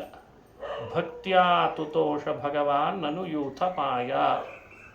ಭಕ್ತಿ ಮಾತ್ರ ಗಜೇಂದ್ರನಲ್ಲಿ ಕಂಡು ಭಗವಂತ ಅನುಗ್ರಹಿಸಿದ್ನಲ್ಲ, ಅದನ್ನೇ ನೆನಪಿಸ್ಕೊಂಡ್ರಂತೆ ಪ್ರಹ್ಲಾದರಾಜರು. ನೀನು ಭಕ್ತಿಗೆ ಮಾತ್ರ ಒಲಿತಿ ಅಂತ ನಾನು ನಿಶ್ಚಯಿಸಿದ್ದೇನೆ ನರಸಿಂಹ, ನಿನ್ನ ರೂಪ ನನಗೇನು ಭಯಪಡಿಸ್ತಿಲ್ಲ ಅಂದ್ರಂತೆ. ಎಲ್ಲರೂ ಭಯಪಟ್ಟು ಅಲ್ಲಲ್ಲಿ ಓಡಿ ಹೋಗಿದ್ದಾರೆ ಹಿರಣ್ಯಕಶಿಪಿನ ಭೃತ್ಯರೆಲ್ಲ. ಆದರೆ ಪ್ರಹ್ಲಾದ ಮಾತ್ರ ಎಲ್ಲೂ ಹೋಗಿಲ್ಲ, ಅಲ್ಲೇ ನಿಂತಿದ್ದಂತೆ. ಯಾಕೆ ನಿನಗೆ ಭಯ ಆಗ್ತಿಲ್ಲ ಅಂದಾಗ ಪ್ರಹ್ಲಾದ ಹೇಳ್ತಾನೆ, ಸಂಸಾರದಲ್ಲಿ ಇದಕ್ಕೂ ಹೆಚ್ಚಿನ ಭಯ ಎಷ್ಟೋ ನೋಡಿ ಬಂದಿದ್ದೇನೆ ನಾನು. ನೀನು ಭಯಪಡಿಸೋನಲ್ಲ, ಭಯ ಕಳಿಯೋನು ನೀನು, ನಾನು ಭಯಪಡಲಾರೆ ಅಂತಂದ್ರಂತೆ. ಅಭಯಪ್ರದನಾದ ನೃಸಿಂಹನನ್ನು ಭಯಪಡೋನು ನಾನಲ್ಲ ಅಂತ ಹೇಳಿಬಿಟ್ಟ. ಆಗ ನೃಸಿಂಹ ಹತ್ರ ಕರೆದು ಸಿಂಹದ ಮರಿಯನ್ನು ಸಿಂಹ ಮೂಸಿದಂತೆ ತಲೆ ಮೂಸಿದ್ನಂತೆ ನೃಸಿಂಹ. ಅವನ ತಲೆ ಮೇಲೆ ಕೈ ಇಟ್ಟ, ಕೈ ಆಡಿಸಿದ, ಆಮೇಲೆ ತೊಡೆ ಮೇಲೆ ಕೂಡಿಸ್ಕೊಂಡ. ಏನು ವರ ಬೇಕೋ ಪ್ರಹ್ಲಾದ, ಎಂಥ ಭಕ್ತಿ ಮಾಡಿದೆಯಲ್ಲ ಅಂತಂದಂತೆ. ನೃಸಿಂಹನೇ ವರ ಕೊಡ್ತೀನಿ, ವರದೇಶ ವರಪ್ರದಂ, ನಾನು ವರ ಕೊಡಬೇಕು ಅಂತ ಬಂದಿದ್ದೇನೆ, ಎಂಥ ಭಕ್ತಿ ಮಾಡಿದೆಪ್ಪ. ನಿನ್ನನ್ನು ನಿಮ್ಮಪ್ಪ ಕೊಲ್ತೇನೆ ಅಂತ ಬಂದಿದ್ದಾನೆ. ಕೊಲ್ತೇನೆ ಅಂತ ಬಂದಾಗಲೂ ಹರಿಭಕ್ತಿ ಬಿಡದೇ ಇರುವ ಭಕ್ತಿ, ಅಂಥ ಅದ್ಭುತವಾದ ಪ್ರಹ್ಲಾದನ ಭಕ್ತಿ. ಎಷ್ಟು ಭಕ್ತಿ, ಎಷ್ಟು ವಿಶ್ವಾಸ, ಎಷ್ಟು ಶ್ರದ್ಧೆ ನನ್ನ ಮೇಲೆ ನಿನಗೆ. ಏನಾದರೂ ವರ ಕೇಳೋ, ವರ ಕೊಟ್ಬಿಡ್ತೇನೆ ಅಂದರೆ ಪ್ರಹ್ಲಾದ ಮತ್ತಂತಾನೆ, ನಿನ್ನ ಹತ್ರ ವರ ಕೇಳಲಿಕ್ಕೆ ಭಕ್ತಿ ಮಾಡಿಲ್ಲ ಅಂತಂತಾನೆ. ವರ ಕೇಳಿದರೆ ವ್ಯಾಪಾರವಾಗ್ತದೆ. ಭಕ್ತಿ ಮಾಡಿದ್ದೀನಿ ವರ ಕೊಡೋದ್ರೆ ವ್ಯಾಪಾರ. ಭಕ್ತಿ ಮಾಡಿ ವರ ಕೇಳೋದಲ್ಲ. ನೀನು ಪ್ರೀತನಾಗಿದ್ದರೆ ಅದೇ ಸಾಕು ಅಂತಂದ. ಇಲ್ಲ ವರ ಕೇಳು ಅಂದ. ದ್ವೇಷ ಮಾಡಿದ ನಮ್ಮ ಅಪ್ಪನಿಗೆ ಸದ್ಗತಿ ಕೊಡು ಅಂತ ಕೇಳಿದ್ನಂತೆ. ದಯಾ ದಾಕ್ಷಿಣ್ಯ ವೈರಾಗ್ಯ ವಾಕ್ಪಾಟವ ಮುಖಾಂಕಿತ. ಇಷ್ಟು ದ್ವೇಷ ಮಾಡಿ ನಮ್ಮಪ್ಪ ಯಾವುದೋ ನರಕಕ್ಕೆ ಹೋಗಬೇಕಾಗ್ತದೆ, ಅವನನ್ನು ಉದ್ಧಾರ ಮಾಡು ಅಂತ ಅವನ ಮೇಲೆ ತೋರಿದ ವರ ಕೇಳಿದ. ತನ್ನ ಹತ್ರ ಕೇಳಲಿಲ್ಲ, ತನ್ನ ಬಳಿ ಕೇಳಲಿಲ್ಲ, ತನ್ನಗಾಗಿ ಅಂತ ಕೇಳಲಿಲ್ಲ. ಆಗಲೇ ಅದನ್ನು ಕೊಟ್ಟಿದ್ದೇನೆ. ನಿನ್ನಂಥ ಮಗ ಹುಟ್ಟಿದ್ದಕ್ಕೆ 21 ತಲೆಮಾರು ಉದ್ಧಾರ ಆಗಿದೆ ನಿಮ್ಮ ವಂಶ ಅಂತಂದ. ಇಲ್ಲ, ಇನ್ನೊಂದು ವರ ಕೇಳು. ಪ್ರಹ್ಲಾದ ಅಂತಾನೆ, ನಿನ್ನ ಬಳಿ ಬಂದು ನಿಂತು ಇಂಥ ವರ ಕೊಡು ಅಂತ ಕೇಳೋ ಬುದ್ಧಿ ಬರಬಾರ್ದು, ಅಂಥ ವರ ಕೊಟ್ಬಿಡು ಅಂತಂದಂತೆ. ಎಂಥ ವರ ಕೇಳಿದಾನೆ ಪ್ರಹ್ಲಾದ. ಇದನ್ನೇ ನಿಷ್ಕಾಮ ಭಕ್ತಿ ಅಂತ ಕರೀತಾರೆ. ದೇವರಲ್ಲಿ ಮಾಡುವ ಭಕ್ತಿ ಯಾವ ಫಲದ ಆಸೆಯಿಂದ ಕೂಡದೆ ಕೇವಲ ಹರಿಪ್ರೀತಿಯನ್ನೇ ಉದ್ದೇಶವಾಗಿ ಇಟ್ಕೊಂಡು ಮಾಡಬೇಕು. ಎಲ್ಲ ಅವನೇ ನೋಡ್ಕೊಳ್ತಾನೆ. ಏನಾದರೂ ಮಧ್ಯದಲ್ಲಿ ಸೇರಿಸಿದರೆ ಅವನಿಗೆ ಗೊತ್ತಿಲ್ಲದೆ ಇದ್ದದ್ದನ್ನು ನಾವು ಕೇಳಿದ್ವಿ ಅಂತ ಆಗ್ತದೆ. ಅದೇನು ಕೇಳೋ ಹಾಗೇ ಇಲ್ಲ ಅಂತದೆ. ಪರಿಶುದ್ಧ ಭಕ್ತಿ ಅಂದರೆ ಹಾಗೆ ಮಾಡ್ತಾರೆ. ಏನೂ ಕೇಳೋದು ಬೇಕಾಗಿಲ್ಲ. ನೀನು ಎಲ್ಲಾದರೂ ಹಾಕಪ್ಪ, ಸಮುದ್ರದಲ್ಲಿ ಹಾಕ್ತೀಯಾ ಹಾಕು, ನೀರಿನಲ್ಲಿ ಹಾಕ್ತೀಯಾ ಹಾಕು, ಕಷ್ಟದಲ್ಲಿ ಇಡ್ತೀಯಾ ಇಡು, ಇಟ್ಟಾಂಗೆ ಇರುವೇನೋ ಹರಿಯೇ. ಸಣ್ಣ ಶಾಲ್ಯೋದನ, ಬೆಣ್ಣೆ ಕಾಸಿದ ತುಪ್ಪ, ಎಲ್ಲಾದರೂ ಇಡು. ಇವತ್ತೊಳ್ಳೆ ಅನ್ನ ಹಾಕಿಸ್ತೀಯಾ ಹಾಕಪ್ಪ, ನಿನ್ನ ಒಲುಮೆಯಿಂದ ನಿಖಿಳ ಜನರು ಬಂದು ಮನ್ನಿಸುವರೋ ಮಹಾರಾಯ. ಮಧ್ಯಾಹ್ನ ಕಾಲಕ್ಕೆ ಅತಿಥಿಗಳಿಗೆ ಅನ್ನ ಮೆದ್ದೇನೆಂದರೆ ಈಯಗಾವೆ. ಇದು ಭಕ್ತಿಯ ಪರಿಪಾಕದಲ್ಲಿ ಬರುವಂಥ ಮಾತು. ಇಂಥ ಭಕ್ತಿಯನ್ನು ದಿನ 24 ಗಂಟೆ ಮಾಡಲಿಕ್ಕಾಗದೆ ಒಂದು ಅರ್ಧ ಗಂಟೆ ಮಾಡಿ ದೇವರ ಜೊತೆಯಲ್ಲಿ ಮಾತಾಡಬೇಕಂತ. ಸ್ವಾಮಿ, ನಿನ್ನಿಂದ ನನಗೆ ಯಾವ ಬಯಕೆ ಇಲ್ಲ ಸ್ವಾಮಿ, ನಾನಂಥ ಬುದ್ಧಿ ಉಪಯೋಗಿಸಲಾರೆ, ಕುಯುಕ್ತಿಗಳನ್ನು ಉಪಯೋಗಿಸಲಾರೆ, ಕುಯುಕ್ತಿಗಳಿಗೆ ನಾನು ಅಂಜೆ ಅಂತಾರೆ ಜಗನ್ನಾಥದಾಸರು. ದೇವರ ವಿಷಯದಲ್ಲಿ ಕುಯುಕ್ತಿ ಮಾಡಬಾರ್ದು. ಧರ್ಮದಿಂದಿರಬೇಕು, ಪ್ರಾಮಾಣಿಕವಾಗಿರಬೇಕು, ಭಕ್ತಿ ಪರಿಶುದ್ಧವಾಗಿರಬೇಕು. ಅದಕ್ಕೆ ಪ್ರಹ್ಲಾದ ಸ್ಫೂರ್ತಿ. ಯಾಕಂದರೆ ಬಹಳ ಜನರಿಗೆ ಭಕ್ತಿ ವಿಷಯ ಪಾಠ ಮಾಡಿದಾಗೆಲ್ಲ ಹೇಳೋದು ಒಂದೇ ಮಾತು, ನಮಗೇನೋ ದೇವರಲ್ಲಿ ಬಹಳ ಭಕ್ತಿ ಆಚಾರ್ಯ, ಐ ಬಿಲೀವ್ ಗಾಡ್ ಅಂತಾರೆ. ಈಗೆಲ್ಲ ಇಂಗ್ಲೀಷ್ನಲ್ಲಿ ಬಹಳ ಜನ ಇಂಗ್ಲೀಷ್ ಜಾಸ್ತಿ ಉಪಯೋಗಿಸ್, ಐ ಬಿಲೀವ್ ಗಾಡ್ ಬಟ್ ಮತ್ತಂತಾರೆ, ಆದರೆ ನಮ್ಮ ಪರಿವಾರ ಸಪೋರ್ಟ್ ಮಾಡಲ್ಲ ಅಂತ. My family is not supported me ಅಂತ. ನಮ್ಮ ಪರಿವಾರ ಸಪೋರ್ಟ್ ಮಾಡಲ್ಲ ನಮಗೆ, ಅದಕ್ಕೆ ದೇವರಲ್ಲಿ ಪೂಜೆ ಪುನಸ್ಕಾರ ಭಕ್ತಿ ಮಾಡ್ಲಿಕ್ಕೆ ಸ್ವಲ್ಪ ಹಿಂದೇಟು ಹಾಕ್ತೀವಿ. ಇದು ಏನು? ಹಿರಣ್ಯಕಶಿಪು ಸಪೋರ್ಟ್ ಮಾಡಿದ್ನ ಪ್ರಹ್ಲಾದನಿಗೆ ಭಕ್ತಿ ಮಾಡಲಿಕ್ಕೆ? ಹಿರಣ್ಯಕಶಿಪುವಿನ ತಮ್ಮ ಸಪೋರ್ಟ್ ಮಾಡಿದ್ನ ಭಕ್ತಿ ಮಾಡಲಿಕ್ಕೆ? ಅವನ ಪರಿವಾರದವ್ರು ಯಾರಾದರೂ ಸಹಾಯ ಮಾಡಿದ್ರ ಪ್ರಹ್ಲಾದನಿಗೆ? ಇದು ಪಾಠ. ಪರಿವಾರದ ಸದಸ್ಯರು ಸಹಾಯ ಮಾಡ್ತಾರೆ ಮಾಡಲ್ಲ, ಮನೆ ಎದುರುಗಡೆ ಮನೆ ಹಿಂದೆ ಮುಂದೆ ಅಕ್ಕ ಪಕ್ಕ ಸಹಾಯ ಮಾಡ್ತಾರೆ ಮಾಡಲ್ಲ, ಸ್ನೇಹಿತರು ಸಹಾಯ ಮಾಡ್ತಾರೋ ಮಾಡಲ್ವೋ ಅದು ಕೇಳಲ್ಲ ಭಗವಂತ. ನೀನು ಯಾಕೆ ಪ್ರಾಮಾಣಿಕವಾಗಿ ನನ್ನಲ್ಲಿ ಭಕ್ತಿ ಮಾಡ್ತೀಯ? ಹೀಗೆ ನೀನೂ ಮಾಡಿ ಇನ್ನೊಬ್ಬರಿಗೂ ಮಾಡುವಂತೆ ಪ್ರೇರಣೆ ಕೊಟ್ಟು, ನೀನೂ ಹರಿನಾಮ ಹೇಳಿ ಮತ್ತೊಬ್ಬರಿಗೂ ಹರಿನಾಮ ಹೇಳುವಷ್ಟು ಪ್ರೇರಣೆ ಕೊಟ್ಟು ಅವರನ್ನೂ ಹರಿಭಕ್ತರನ್ನಾಗಿ ಮಾಡಿಬಿಟ್ರೆ ಭಗವಂತ ಬೇಗ ಪ್ರೀತನಾಗ್ತಾನೆ. ಎಂಥ ಭಕ್ತಿ, ಎಂಥ ಭಕ್ತಿ! ಇದನ್ನು ಪ್ರಹ್ಲಾದನಿಗೆ ಈ ಕಥೆ, ಪ್ರಹ್ಲಾದನ ಕಥೆ ಹೇಳಿ ತಿಳಿಬೇಕಾದಂಥ ಸಂದೇಶ ಅಂತ ಹೇಳ್ತದೆ. 8ನೇ ಸ್ಕಂದ ಶ್ರೀಮದ್ ಭಾಗವತ ಹರಿಭಕ್ತಿಯ ಪಾಠ 7ನೇ ಸ್ಕಂದ ಮಾಡ್ತದೆ. 8ನೇ ಸ್ಕಂದ ತನ್ನ ಭಕ್ತರಿಗಾಗಿ ಹರಿ ಎಷ್ಟು ಮುಂದೆ ಇರ್ತಾನೆ ರಕ್ಷಣೆಗೆ ಅಂತ ಪಾಠ ಹೇಳ್ತದೆ. ಗಜೇಂದ್ರ ಸರೋವರದ ನೀರಿಗೆ ಇಳಿದ, ಮೈಯೆಲ್ಲ ಮುಳುಗಿಸಿದ. ನೀರಾಟ ಆಡ್ತಾ ಆಡ್ತಾ ಮೈ ಮರೆತ. ಮೊಸಳೆ ಗಟ್ಟಿ ಕಾಲು ಹಿಡಿದ್ಬಿಡ್ತು. ಗಟ್ಟಿ ಕಾಲು ಹಿಡಿದ್ರೆ ಹೆಣ್ಣಾನೆಗಳೆಲ್ಲ ಸೇರಿ ಎಳಿಲಿಕ್ಕೆ ಹೋಗ್ತಾವೆ. ಪಾಪ ಏನೂ ಆಗಲಿಲ್ಲ, ಏನೇನೂ ಆಗಲಿಲ್ಲ. ಎಷ್ಟೋ ದಿನ ಕಾಲು ಹಿಡಿದು ಎಳೆದದ್ದಕ್ಕೆ ಆನೆಯನ್ನು ಮೇಲ್ ತರಲಿಕ್ಕೆ ಆಗಲಿಲ್ಲ. ಗಜೇಂದ್ರನಿಗೆ ಜನ್ಮಾಂತರದ ಸ್ಮರಣೆ ಇತ್ತು, ಹರಿನಾಮ ನೆನಪಿಗೆ ಬಂತು. ನಾರಾಯಣ ಅಖಿಲ ಗುರೋ ಭಗವನ್ ನಮಸ್ತೆ. ನಾರಾಯಣ ಅಖಿಲ ಗುರು ಅಂತ ಮನಸಾ ದೇವರ ನಮಸ್ಕಾರ ಮಾಡಿ ಕೂಗಿ ಕರೆದಿದ್ದಾನಂತೆ. ಆ ಭಗವಂತ ಗಜೇಂದ್ರ ಯಾವಾಗ ಮೊಸಳೆ ಗಟ್ಟಿ ಹಿಡಿತೋ ಆಗಲೇ ಅವನು ತಯಾರಾಗಿ ಕೂತಿದ್ನಂತ ಆ ವೈಕುಂಠದೊಳಗೆ. ಯಾಕೆ ಗರುಡ ಎಲ್ಲೂ ಹೋಗಬೇಡ ಅಂದಿದ್ದ ಅವತ್ತು. ಗರುಡನಿಗೆ ಎಲ್ಲೂ ಹೋಗಬೇಡ ಇವತ್ತು, ಯಾಕಂದರೆ ಕೆಳಗಡೆ ಆನೆ ಪಾಪ ಮೊಸಳೆಗೆ ಸಿಕ್ಕಾಕೊಂಡ್ಬಿಟ್ಟಿದ್ದಾನೆ ನನ್ನ ಭಕ್ತ. ಅವನೇನಾದರೂ ಕೂಗಿದ ಅಂದರೆ ನೀನು ಇಲ್ಲದೆ ಇದ್ರೆ ನಾನು ಯಾಕೆ ಹೋಗ್ಬೇಕು ಹೇಳು? ಲಕ್ಷ್ಮಿ ಗಲಾಟೆ ಮಾಡ್ತಾ ಇದ್ದಾಳೆ, ಅವನ್ನ ಯಾಕೆ ನಿಲ್ಲಿಸ್ಕೊಂಡಿದ್ದೀರಿ? ಬಿಟ್ಟು ಕಳಿಸಿ ಅವನ್ನ, ಹೋಗಿ ಬಂದ ಆಯ್ತಲ್ಲ, ಈಗ ತಾನೇ ಬಂದಿದ್ದೀರಿ, ಮತ್ತೆಲ್ಲಿ ಹೋಗ್ತೀರಿ? ಗಜೇಂದ್ರ ಮೊಸಳೆಗೆ ತುತ್ತಾಗಿದ್ದಾನೆ, ನಿನಗೆ ಗೊತ್ತಾಗಲ್ಲ, ನೀ ಸುಮ್ಮನಿರು, ನಾನು ಗರುಡ ಎಲ್ಲೂ ಹೋಗಬೇಡ ಅಂದ್ಬಿಟ್ಟ. ಸರಿ ಅಂತ ಗರುಡ ಕೈ ಮುಡ್ಕೊಂಡು ನಿಂತಿದ್ದಾನೆ. ಯಾವಾಗ ಕೂಗ್ತಾನೋ ಗಜೇಂದ್ರ ಅಂತ ಅವನಿಗೆ. ಇವಾಗ ಕೂಗುವಲ್ಲ ಆ ಗರುಡನನ್ನು ದೇವರು ಬಿಡವಲ್ಲ. ಇದು ನರಸಿಂಹ ಪುರಾಣದಲ್ಲಿ ಹೇಳುವಂಥ ಮಾತು. ಅಷ್ಟರಲ್ಲಿ ಗಜೇಂದ್ರ ಕೂಗಿದ, ಅಂತೂ ತಡವಾಗಿ ಕೂಗಿದ ಅಂತ ಅರ್ಥ, ಅದು ಹೇಳಬೇಕಾಗಿದೆ. ಆದರೆ ದೇವರು ತಡ ಮಾಡಲಿಲ್ಲಲ್ಲ. ತಡ ಮಾಡದೆ ಬಾಮೃಡ ಸಖ ವೆಂಕಟ ಅಂತಾರೆ. ವಾರಿ ಜಲಯಪತೆ ವಾರಿ ಜನಾಭನೆ, ಎಷ್ಟು ಚೆನ್ನಾಗಿ ಕರೆದಿದ್ದಾರೆ ನೋಡಿ ದಾಸರು. ಅದಕ್ಕೇನೆ ಮಡದಿಗೂ ಹೇಳದೆ ದುಡನೆ ಬಂದು ಪಿಡಿದ ನಕ್ರನ ಬಾಯಿ ಕಡಿದು ಬಿಡಿಸಿದನೇ. ಹಾಗಾಗಿ ನೃಸಿಂಹಾವತಾರ ಹಾಗೂ ಗಜೇಂದ್ರನನ್ನು ಅನುಗ್ರಹಿಸಿದ ಹರಿ ಅನ್ನೋ ಭಗವಂತನ ಅವತಾರ ಯಾವತ್ತೂ ಮರಿಬಾರದು. ತಡ ಮಾಡದೆ ಬಂದ್ಬಿಟ್ಟ. ಈಗೇನು ಹೇಳಬೇಕು? ಭಕ್ತ ತಡ ಮಾಡ್ತಾನೋ ದೇವರನ್ನು ಶರಣು ಹೋಗೋದ್ರಲ್ಲಿ, ಭಗವಂತ ತಡ ಮಾಡ್ತಾನೋ? ಅದಕ್ಕೆ ವಿಜಯದಾಸರು ಯಾವಾಗಲೂ ಹೇಳ್ತಾರೆ, ಹುಟ್ಟು ಮುಂದಲ್ಲದೆ ಹರಿಗೋಲು ಮುಂದೇನೋ, ಭಕುತ ಜನ ಮುಂದೆ ನೀನವರ ಹಿಂದೆ. ಯುಕುತಿಗೆ ನಿಲುಕದೋ ಗಯಾಗದಾಧರನೆ. ನಾವು ಯುಕ್ತಿಯಿಂದ ಭಗವಂತನ ಮಹಿಮೆಯನ್ನು, ಅವ ನಮ್ಮ ಮೇಲೆ ತೋರ್ತಿರೋ ಕಾರುಣ್ಯವನ್ನು ಚಿಂತಿಸ್ಲಿಕ್ಕೆ ಹೊರಟ್ರೆ ಅದು ನಮ್ಮ ಯುಕ್ತಿಗೆ ನಿಲುಕ್ತಿಲ್ಲ ಅಂತಾರೆ ವಿಜಯದಾಸರು. ನಾವೇನೋ ತರ್ಕ ಮಾಡ್ತಿರ್ತೀವಿ, ಸ್ವಲ್ಪ ಜಾಸ್ತಿ ಹಣ ಕೊಟ್ಟಿದ್ರೆ ಎಷ್ಟು ಚೆನ್ನಾಗಿರ್ತಿತ್ತಲ್ಲ ದೇವರು, ಸ್ವಲ್ಪ ಕಡಿಮೆ ಆಯಿತೋ ಏನೋ, ಒಂದೇ ಅಂತಸ್ತು ಕಟ್ಟಿಸ್ಲಿಕ್ಕಾಯ್ತು, ಇನ್ನೊಂದು ಅಂತಸ್ತು ಕಟ್ಟಿಸಿದ್ರು ಎಷ್ಟು ಚೆನ್ನಾಗಿರ್ತದೆ, ಧೂಳು ಹೊಡಿತಿರ್ತದೆ. ಅದನ್ನೇ ಸರಿಯಾಗಿ ಕಸ ಹೊಡೆದು ಮೇಂಟೈನ್ ಮಾಡ್ಲಿಕ್ಕೆ ಆಗ್ತಿರಲ್ಲ. ಏನೋ ಆಸೆ ಪಟ್ಟುಕೊಂಡು ದೇವ್ರ ಮೇಲೆ ಗೂಬೆ ಕೂಡಿಸೋ ಹಾಗೆ ಇನ್ನೊಂದು ಅಂತಸ್ತು ಹಾಕ್ಸ್ಬಿಡ್ತಿದ್ದೆ, ಸ್ವಲ್ಪ ಯಾಕೋ ಸರಿಯಾಗಿ ದೇವ್ರು ಕೊಡಲಿಲ್ಲ, ನೀವು ಆಶೀರ್ವಾದ ಮಾಡಿದರೆ ದೇವ್ರು ಕಡು ತೆಗಿತಾನೆ ಅಂತಾರೆ. ಮತ್ತೆ ಅಲ್ಲಿ ಇದ್ದದ್ದು ಸ್ವಲ್ಪ ಸರಿಯಾಗಿ ಮೇಂಟೈನ್ ಮಾಡುವ. ಹೀಗೆ ಬರೀ ಇದೊಂದು ಹಾಸ್ಯಕ್ಕೆ ಹೇಳಿದ ವಿಷಯ ಅಷ್ಟೇ. ಆಸೆ ಪಡು, ವಾಹನ ಖರೀದಿಸು, ಮನೆ ಕಟ್ಸು, ಎಲ್ಲ ಪರಿವಾರ ಸಮೇತನಾಗಿ ಸುಖವಾಗಿರು ಅಂಥೇಳಿ ಭಗವಂತ ಅಪೇಕ್ಷೆ ಪಡ್ತಾನೆ. ಆದರೆ ನಮ್ಮ ತರ್ಕಕ್ಕೆ ಯಾವತ್ತು ಭಗವಂತನ ರಕ್ಷಣೆ, ಅವ ಕೊಡೋ ಸಂಪತ್ತು, ಅವ ಮಾಡ್ತಿರುವ ಧಾರಣ ಪೋಷಣ, ಅದ್ರ ಬಗ್ಗೆ ನಾವು ಯೋಚಿಸಬೇಕಾದಾಗ ತರ್ಕದಿಂದ ಅಲ್ಲುಗಳಿಬಾರ್ದು. ಇದೇ ಭಾಗವತ ಹೇಳಿಕೊಡೋ ಬಹಳ ದೊಡ್ಡ ಪಾಠ ಅಂದ್ರೆ ಇದೆ.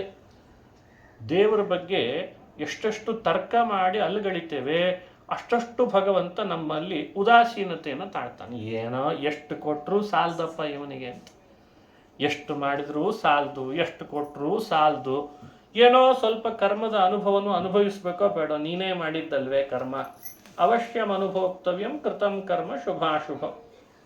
ಇದನ್ನೆಲ್ಲ ಯೋಚನೆ ಮಾಡ್ತಾ ಆನಂದ ಪಡಬೇಕು ಅಂತ. ಅದು ಭಕ್ತರ ಲಕ್ಷಣವೇ ಅದಂತೆ. ಭಕ್ತ ಅಂದರೆ ಹೇಗಿರಬೇಕು?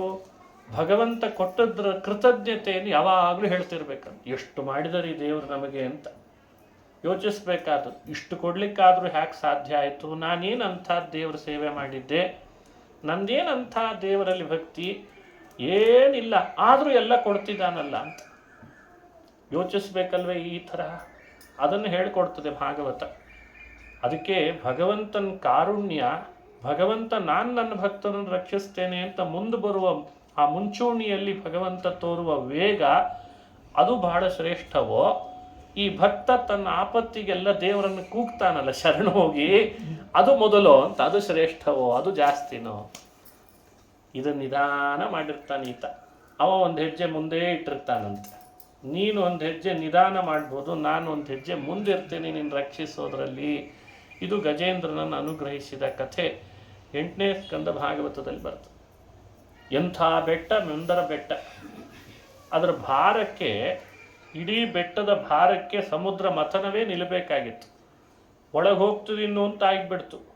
ಆದರೆ ಕೂರ್ಮನಾಗಿ ಬಂದು ವಿಷ್ಣು ಆ ಭಾರ ಎಲ್ಲ ನನ್ನ ಬೆನ್ನಿನ ಮೇಲೆ ಹಾಕು, ನಾನಿದ್ದೇನೆ ಅಂತ ತೋರಿಸಿದ. ಏನು ಅಮೃತ ಕುಡ್ಲಿಕ್ಕೆ ಬಂದೆ ವಿಷ್ಣು? ನನಗೇನು ಅಮೃತ ಬೇಡ ಅಂದ. ನಿಮ್ಮ ಅಮೃತ ನನಗೇನು ಬೇಡ, ನೀವೇ ಮಥನ ಮಾಡಿರಿ, ನೀವೇ ಕುಡೀರಿ. ಆದರೆ ನೀವು ಕುಡಿಬೇಕಲ್ಲ ಅಮೃತ ಅನ್ನೋ ಅಪೇಕ್ಷೆ ನನಗೂ ಇದೆ. ಭಾರ ಎಲ್ಲ ಬೆನ್ನಿನ ಮೇಲೆ ನಾನು ಹೊರ್ತೇನೆ ಅಂತಂದ.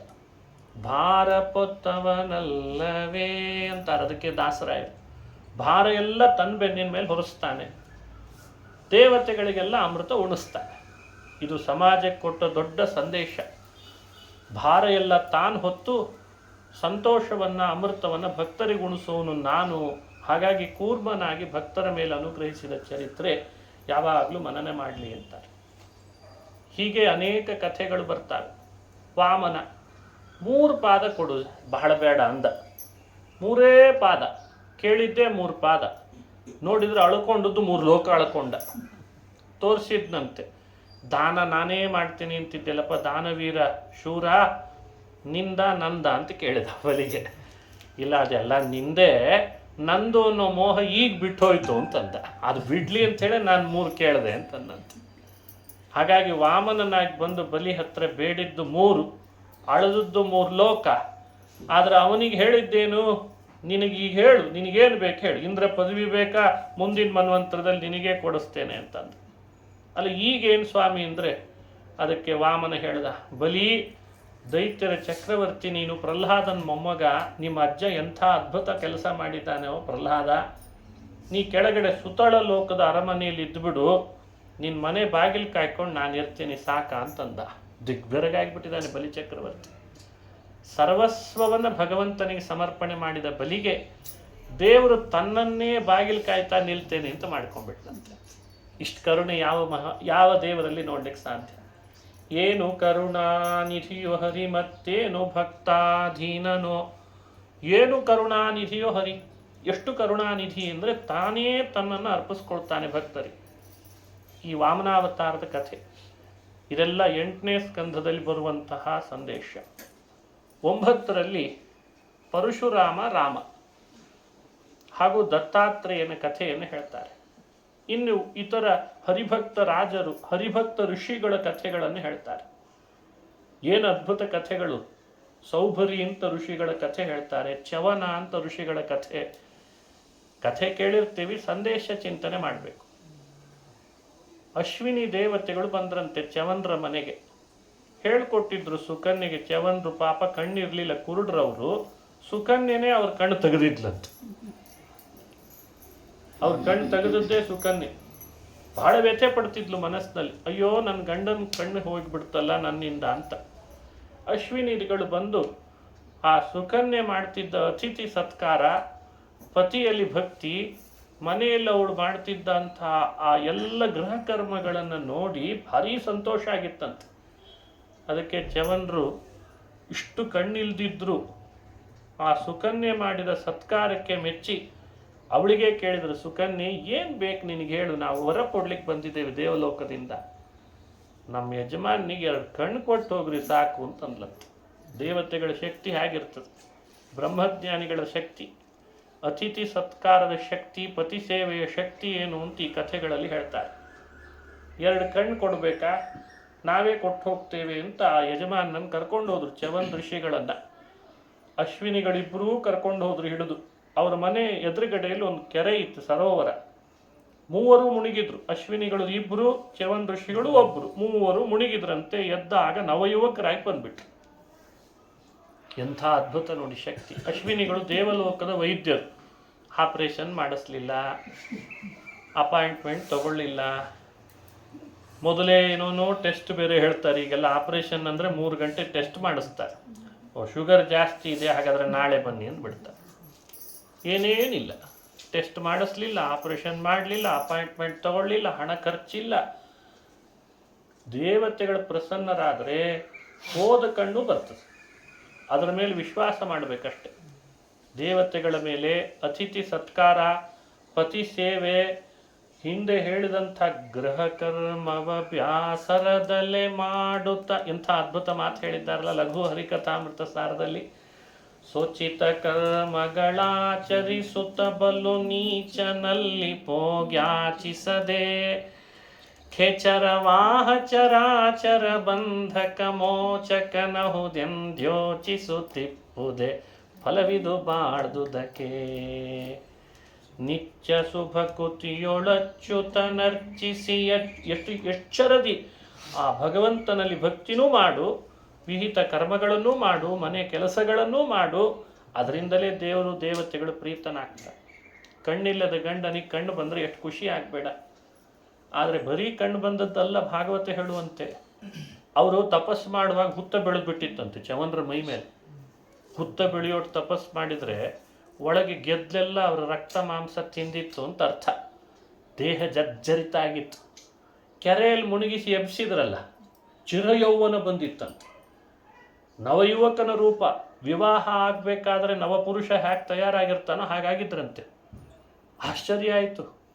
ಆಮೇಲೆ ನೋಡಿದ್ಲಂತೆ ಸುಕನ್ಯೆ, ಮೂವರು ಒಂದೇ ಥರ ಬೇರೆ ಇದ್ರಿ, ಟ್ರಿಬಲ್ ಪಾರ್ಟ್ ಅಂತ ಮಾಡಿರ್ತಾರಲ್ಲ ಹಾಗೆ ಎದ್ದು ಬಂದುಬಿಟ್ಟಿದ್ದಾರೆ ಪುರುಷರು ಮೂವರು.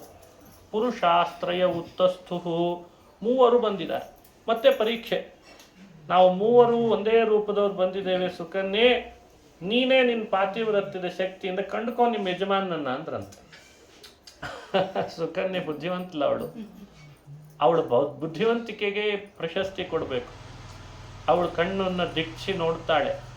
2 ಕಣ್ಣು ಮಾತ್ರ ರೆಪ್ಪೆ ಬಡಿತಾ ಇರಲಿಲ್ಲಂತ.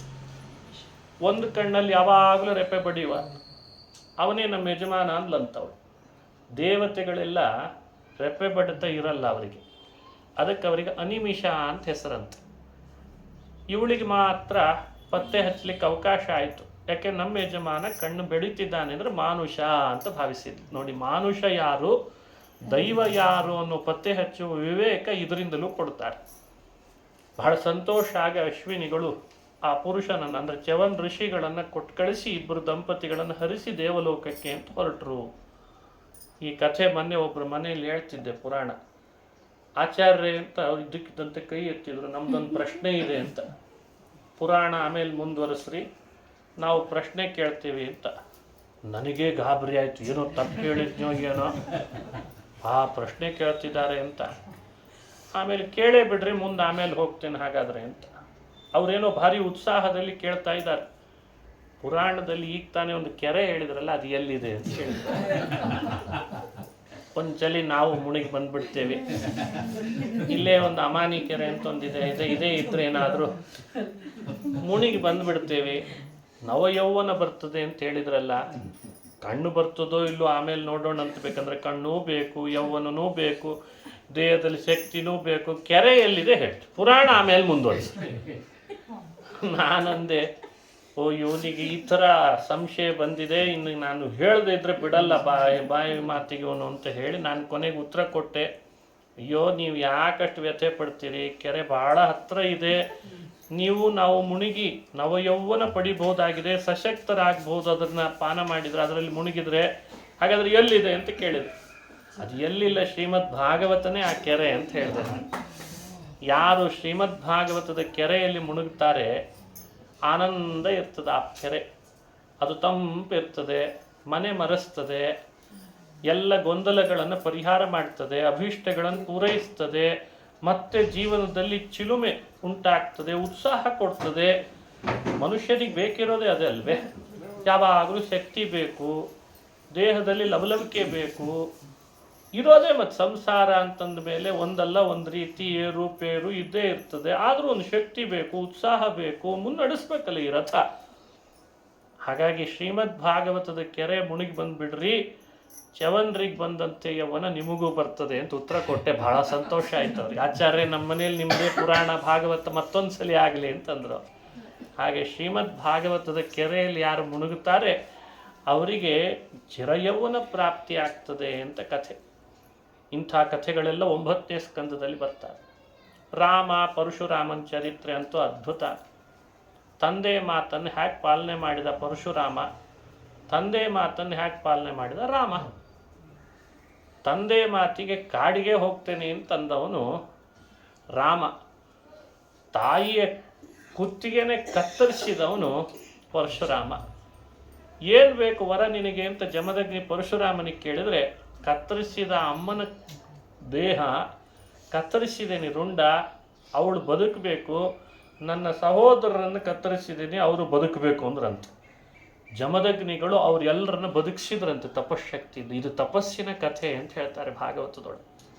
ಪರಶುರಾಮ ಅಷ್ಟು ತಂದೆ ಮೇಲೆ ಭಕ್ತಿ, ಅಷ್ಟು ವಿಶ್ವಾಸ. ನಮ್ಮಪ್ಪ ಕತ್ತರಿಸು ಅಂದಿದ್ದಾನೆ, ಕತ್ತರಿಸಿಬಿಡ್ತೇನೆ, ಬದುಕಿಸೋ ಜವಾಬ್ದಾರಿ ನಮ್ಮ ಅಪ್ಪಂದು ಅಂತಂದ್ರಂತ. ನಾವ್ಯಾರು ಕತ್ತರಿಸ್ಬಾರ್ದಷ್ಟೇ. ಏನೋ ಹೇಳಿದ್ರಲ್ಲ ಆಚಾರ್ಯರು ಅಂತ ಹೇಳಿ ನಮಗಲ್ಲ, ನಮಗೆ ಬರೋದು. ಯಾಕಂದ್ರೆ ನಾವು ಜಮದಗ್ನಿಗಳು ಅಲ್ಲ, ನಾವು ಪರಶುರಾಮನೂ ಅಲ್ಲ. ಹಾಗೆಲ್ಲ ಪರಶುರಾಮನ ಕಥೆಯನ್ನು ಭಾಗವತ ವಿವರಣೆ ಕೊಟ್ಟು ಹೇಳ್ತದೆ. ಹೇಗಿತ್ತು ತಂದೆ ಮೇಲೆ ಭಕ್ತಿ ಪರಶುರಾಮಂದು. 21 ಬಾರಿ ಭೂಮಿಯನ್ನು ಪ್ರದಕ್ಷಿಣೆ ಹಾಕಿ ಎಲ್ಲ ಕ್ಷತ್ರಿಯರ ರುಂಡ ಚಂಡಾಡಿ ಧರ್ಮದ ಸ್ಥಾಪನೆ ಮಾಡಿದಂಥ ಮಹಾನುಭಾವ ಪರಶುರಾಮ. ರಾಮ ಸಹಜ ಕರುಡಿ, ಪ್ರಕೃತಿಯ ಪ್ರೇಮಿ. ವನವಾಸದಲ್ಲಿಯೂ ಹಾಗೇ ಇದ್ದ. ಕಾಡಿನಿಂದ ಅಯೋಧ್ಯೆಗೆ ರಾಜನಾದಾಗಲೂ ಬಂದಾಗ ಹಾಗೇ ಇದ್ದಂತೆ. ಅವನಿಗೆ ಸುಖ ದುಃಖಗಳಲ್ಲಿ ಏರಿಳಿತವೇ ಇರಲಿಲ್ಲ. ಅದನ್ನು ಸಮವಾಗಿ ಸ್ವೀಕಾರ ಮಾಡ್ತಾ ಇದ್ದಂತೆ. ತ್ಯಾಗ ಅಂದರೆ ತ್ಯಾಗಕ್ಕೂ ಸರಿ, ಶೌರ್ಯ ಅಂದರೆ ಶೌರ್ಯಕ್ಕೆ ಸರಿ, ಯುದ್ಧಕ್ಕೆ ಬಂದರೆ ಯುದ್ಧಕ್ಕೂ ಸರಿ, ನೀತಿಗೆ ನೀತಿಗೂ ಸರಿ, ದಾನ ಅಂದರೆ ದಾನಕ್ಕೂ ಸರಿ. ಇದು ರಾಮ ಲೋಕದ ಮನುಷ್ಯರಿಗೆಲ್ಲ ಇದ್ರೆ ಹೀಗಿರಬೇಕು ಅಂತ ತೋರಿಸ್ಲಿಕ್ಕೆ ಒಂದು ರೂಪ ಭಗವಂತ ತೋರಿಸಿದ, ಅದೇ ರಾಮರೂಪ ಅಂತ ಹೇಳ್ತಾರೆ ಭಾಗವತದಲ್ಲಿ. ಇನ್ನು 10ನೇ ಸ್ಕಂಧ ಶ್ರೀಮದ್ ಭಾಗವತದಲ್ಲಿ ಕೃಷ್ಣ ಕಲಿಯುಗದೊಳಗೆ ನನ್ನ ಭಕ್ತರು ಸಜ್ಜನರು ಧರ್ಮ ಮಾಡಿ ದೇವರಲ್ಲಿ ಭಕ್ತಿ ಮಾಡಿ ಹೇಗೆ ಬದುಕು ಕಟ್ಟಿಕೊಂಡು ನನ್ನ ಬಳಿಗೆ ಬರಬೇಕು ಅಂತ ತೋರಿಸ್ಲಿಕ್ಕೆ ಮಾಡಿದ ಅವತಾರ ಕೃಷ್ಣ ಅವತಾರ. ಕೃಷ್ಣ ಅಂತ ಯಾಕೆ ಬಂದ ಆಗಿ ಅಂದರೆ, ಒಂದು ಹಂತದ ತನಕ ನನ್ನಲ್ಲಿ ವಿಶ್ವಾಸ ಮಾಡಿ ನಿಮಗೆ ಬುದ್ಧಿ ಬರುವ ಸಮಸ್ಯೆಗಳನ್ನು ನೀವು ಎದುರಿಸ್ತೀರಿ. ಆ ಹಂತ ಮೀರಿ ನಿಮ್ಮ ಕಣ್ಣು ಮುಂದೆ ಸಮಸ್ಯೆ ಬಂದರೆ ಅದನ್ನು ನಾನು ನೋಡ್ಕೋತೀನಿ ಅಂತಂದಂತೆ. ಇವಾಗ ನಡೀತಿರೋ ಪ್ರಪಂಚದಲ್ಲಿಯೂ ಇದು ಅನ್ವಯ ಆಗ್ತದೆ. ನಾವು ಒಂದು ಹಂತದ ತನಕ ಹೋರಾಡಬಲ್ಲೆವು. ಇವಾಗ ಒಂದು ಸ್ವಲ್ಪ ಭಾಷೆ ಚೇಂಜ್ ಆಗಿದೆ. ಈಗೇನಿದ್ರು ಟಾಸ್ಕ್ ಅಂತ ಕರೀತಾರೆ ಅದಕ್ಕೆ. ಮನೆಯಲ್ಲಿ ಬರುವ ಸಮಸ್ಯೆ, ಆಫೀಸ್ನಲ್ಲಿ ಬರುವ ಸಮಸ್ಯೆ, ಬದುಕಿನಲ್ಲಿ ಬರುವ ಸಮಸ್ಯೆಗಳಿಗೆ ಟಾಸ್ಕ್ ಅಂತ ಹೆಸರಿಡಬೇಕಂತ. ಎಲ್ಲೆಲ್ಲಿ ಯಾವ ಥರದ್ದು ಬರ್ತದೆ ಅದನ್ನೆಲ್ಲ ಎದುರಿಸ್ಬೇಕು ಅಂತ. ಈ ಎದುರಿಸೋ ಕೆಲಸ ಎಲ್ಲ ಕೃಷ್ಣನೇ ಸಮಾಜಕ್ಕೆ ಟ್ರೈನಿಂಗ್ ಕೊಟ್ಟನಂತೆ. ನಾನು ಹೇಗೆ ಎದುರಿಸ್ತೇನೆ ನೀವು ಹಾಗೆ ಎದುರಿಸ್ರಿ ಅಂತಂದ. ಒಂದೊಂದರಿಂದ ಎದುರಿಸ್ಬೇಕು, ಗೆಲ್ಲಬೇಕು. ಅದು ತಪ್ಪಿದ್ದಲ್ಲ. ಕೃಷ್ಣ ಗೋವುಗಳ ಮಧ್ಯದಲ್ಲಿ ಇದ್ದ, ಗೊಲ್ಲ ಬಾಲಕರ ಜೊತೆಗೆ ಆಟ ಆಡಿದ, ಸ್ನೇಹ ಬೆಳೆಸಿದ, ಅವರ ಭಾಷೆಯಲ್ಲಿ ತಾನು ಮಾತನಾಡಿದ. ದೇವತೆಗಳಿಗೆ ಕುತೂಹಲ ಆಗಿತ್ತು, ಇದು ಏನು ಹೋಗಿ ದನ ಕಾಯೋರ ಮಧ್ಯದಲ್ಲಿ ಹೋಗ್ಬಿಡ್ತಲ್ಲ ಇವ. ವೈಕುಂಠ ಅನಂತಾಸನ ಶ್ವೇತದ್ವೀಪದಲ್ಲಿ ಮಲಗಿದ್ದ ಅವನು, ನಾವೇನೋ ಪ್ರಾರ್ಥನೆ ಮಾಡಿದ್ವಿ ಅಂತೇಳಿ ದನ ಕಾಯೋರ ಮನೆಗೆ ಹೋಗಿಬಿಟ್ಟ ಕೃಷ್ಣ. ಏನು ಮಾಡ್ತಾನೆ ಇಲ್ಲಿ ಅಂತ ಅವ್ರಿಗೆ ಕುತೂಹಲ ಅಂತೆ ದೇವತೆಗಳಿಗೆ.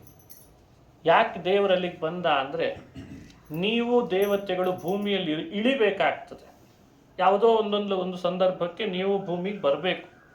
ಬಂದಾಗ ಹೇಗೆ ವರ್ತನೆ ಮಾಡಬೇಕು ಅನ್ಲಿಕ್ಕೆ ಇಲ್ಲೇ ಹೇಳ್ಕೊಡ್ತೇನೆ ಅನ್ನಂತೆ ಕೃಷ್ಣ. ಹಾಗಾದರೆ ಗೋಕುಲ ಎಲ್ಲ ಕ್ಲಾಸ್ ರೂಮು.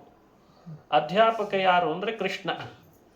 ವಿದ್ಯಾರ್ಥಿಗಳು ಯಾರಾಗಿದ್ರು ಅಂದರೆ ದೇವತೆಗಳು ಅಂತ ಹೇಳ್ತದೆ ಪುರಾಣ. ನೀವು ನಾನು ದೇವತೆ ಅಂತ ಮನುಷ್ಯರ ಮಧ್ಯದಲ್ಲಿ ಬಂದಾಗ ನಿಮ್ಮ ಟಿವಿಯಲ್ಲಿ ಕೂತ್ಕೊಂಡ್ರೆ ಹೇಗಪ್ಪ ಅಂತಂದ ಕೃಷ್ಣ. ಹೀಗೆ ಇಂಗ್ಲೀಷ್ನಲ್ಲಿ ಒಂದು ಶಬ್ದ ಇದೆ, ಡೌನ್ ಟು ಅರ್ತ್ ಅಂತ. ಸರಳತೆ ಮನುಷ್ಯನಲ್ಲಿ ಬಹಳ ಮುಖ್ಯ. ಅದನ್ನು ಕೃಷ್ಣ ಜಗತ್ತಿಗೆ ಸಾರಿ ಹೇಳಿದ್ನಂತೆ. ಯಾವ ಕುಲದಲ್ಲಿರ್ತಿ ಆ ಕುಲದಂತೆ ಆಚರಣೆಯನ್ನು ಮಾಡು. ಯಾವ ವರ್ಣದಲ್ಲಿರ್ತಿ ಆ ವರ್ಣಕ್ಕೆ ಸಂಬಂಧಪಟ್ಟ ವ್ಯವಸ್ಥೆಗಳನ್ನೇ ಅನುಸರಣೆಗೆ ತಗೊಂಡು ಬಾ. ಎಲ್ಲರೊಟ್ಟಿಗೆ ಮೈತ್ರಿಯನ್ನು ಬೆಳೆಸು. ಅವನು ಬೇರೆ ಇವನು ಬೇರೆ ಅನ್ನಬೇಡ. ಅವನು ಬೇರೆ ಇವನು ಬೇರೆ, ಅವನು ಸರಿ ಇಲ್ಲ ಇವನು ಸರಿ ಇಲ್ಲ, ಇದು ದೊಡ್ಡಿಸ್ತಿಕೆ ಅಲ್ಲ ಹೀಗೆ ಮಾಡೋದು. ಪ್ರಾಣಿಗಳು ಕೂಡ ಹೀಗೆ ಮಾಡಲ್ಲ, ಹಾಗೆ ಮಾಡ್ತಿದ್ದಿ ಅಂತಾನೆ ಕೃಷ್ಣ. ಅವೇ ಎಷ್ಟೋ ಕಲ್ತಿರ್ತಾವೆ ಕಾಡಿನೊಳಗೆ.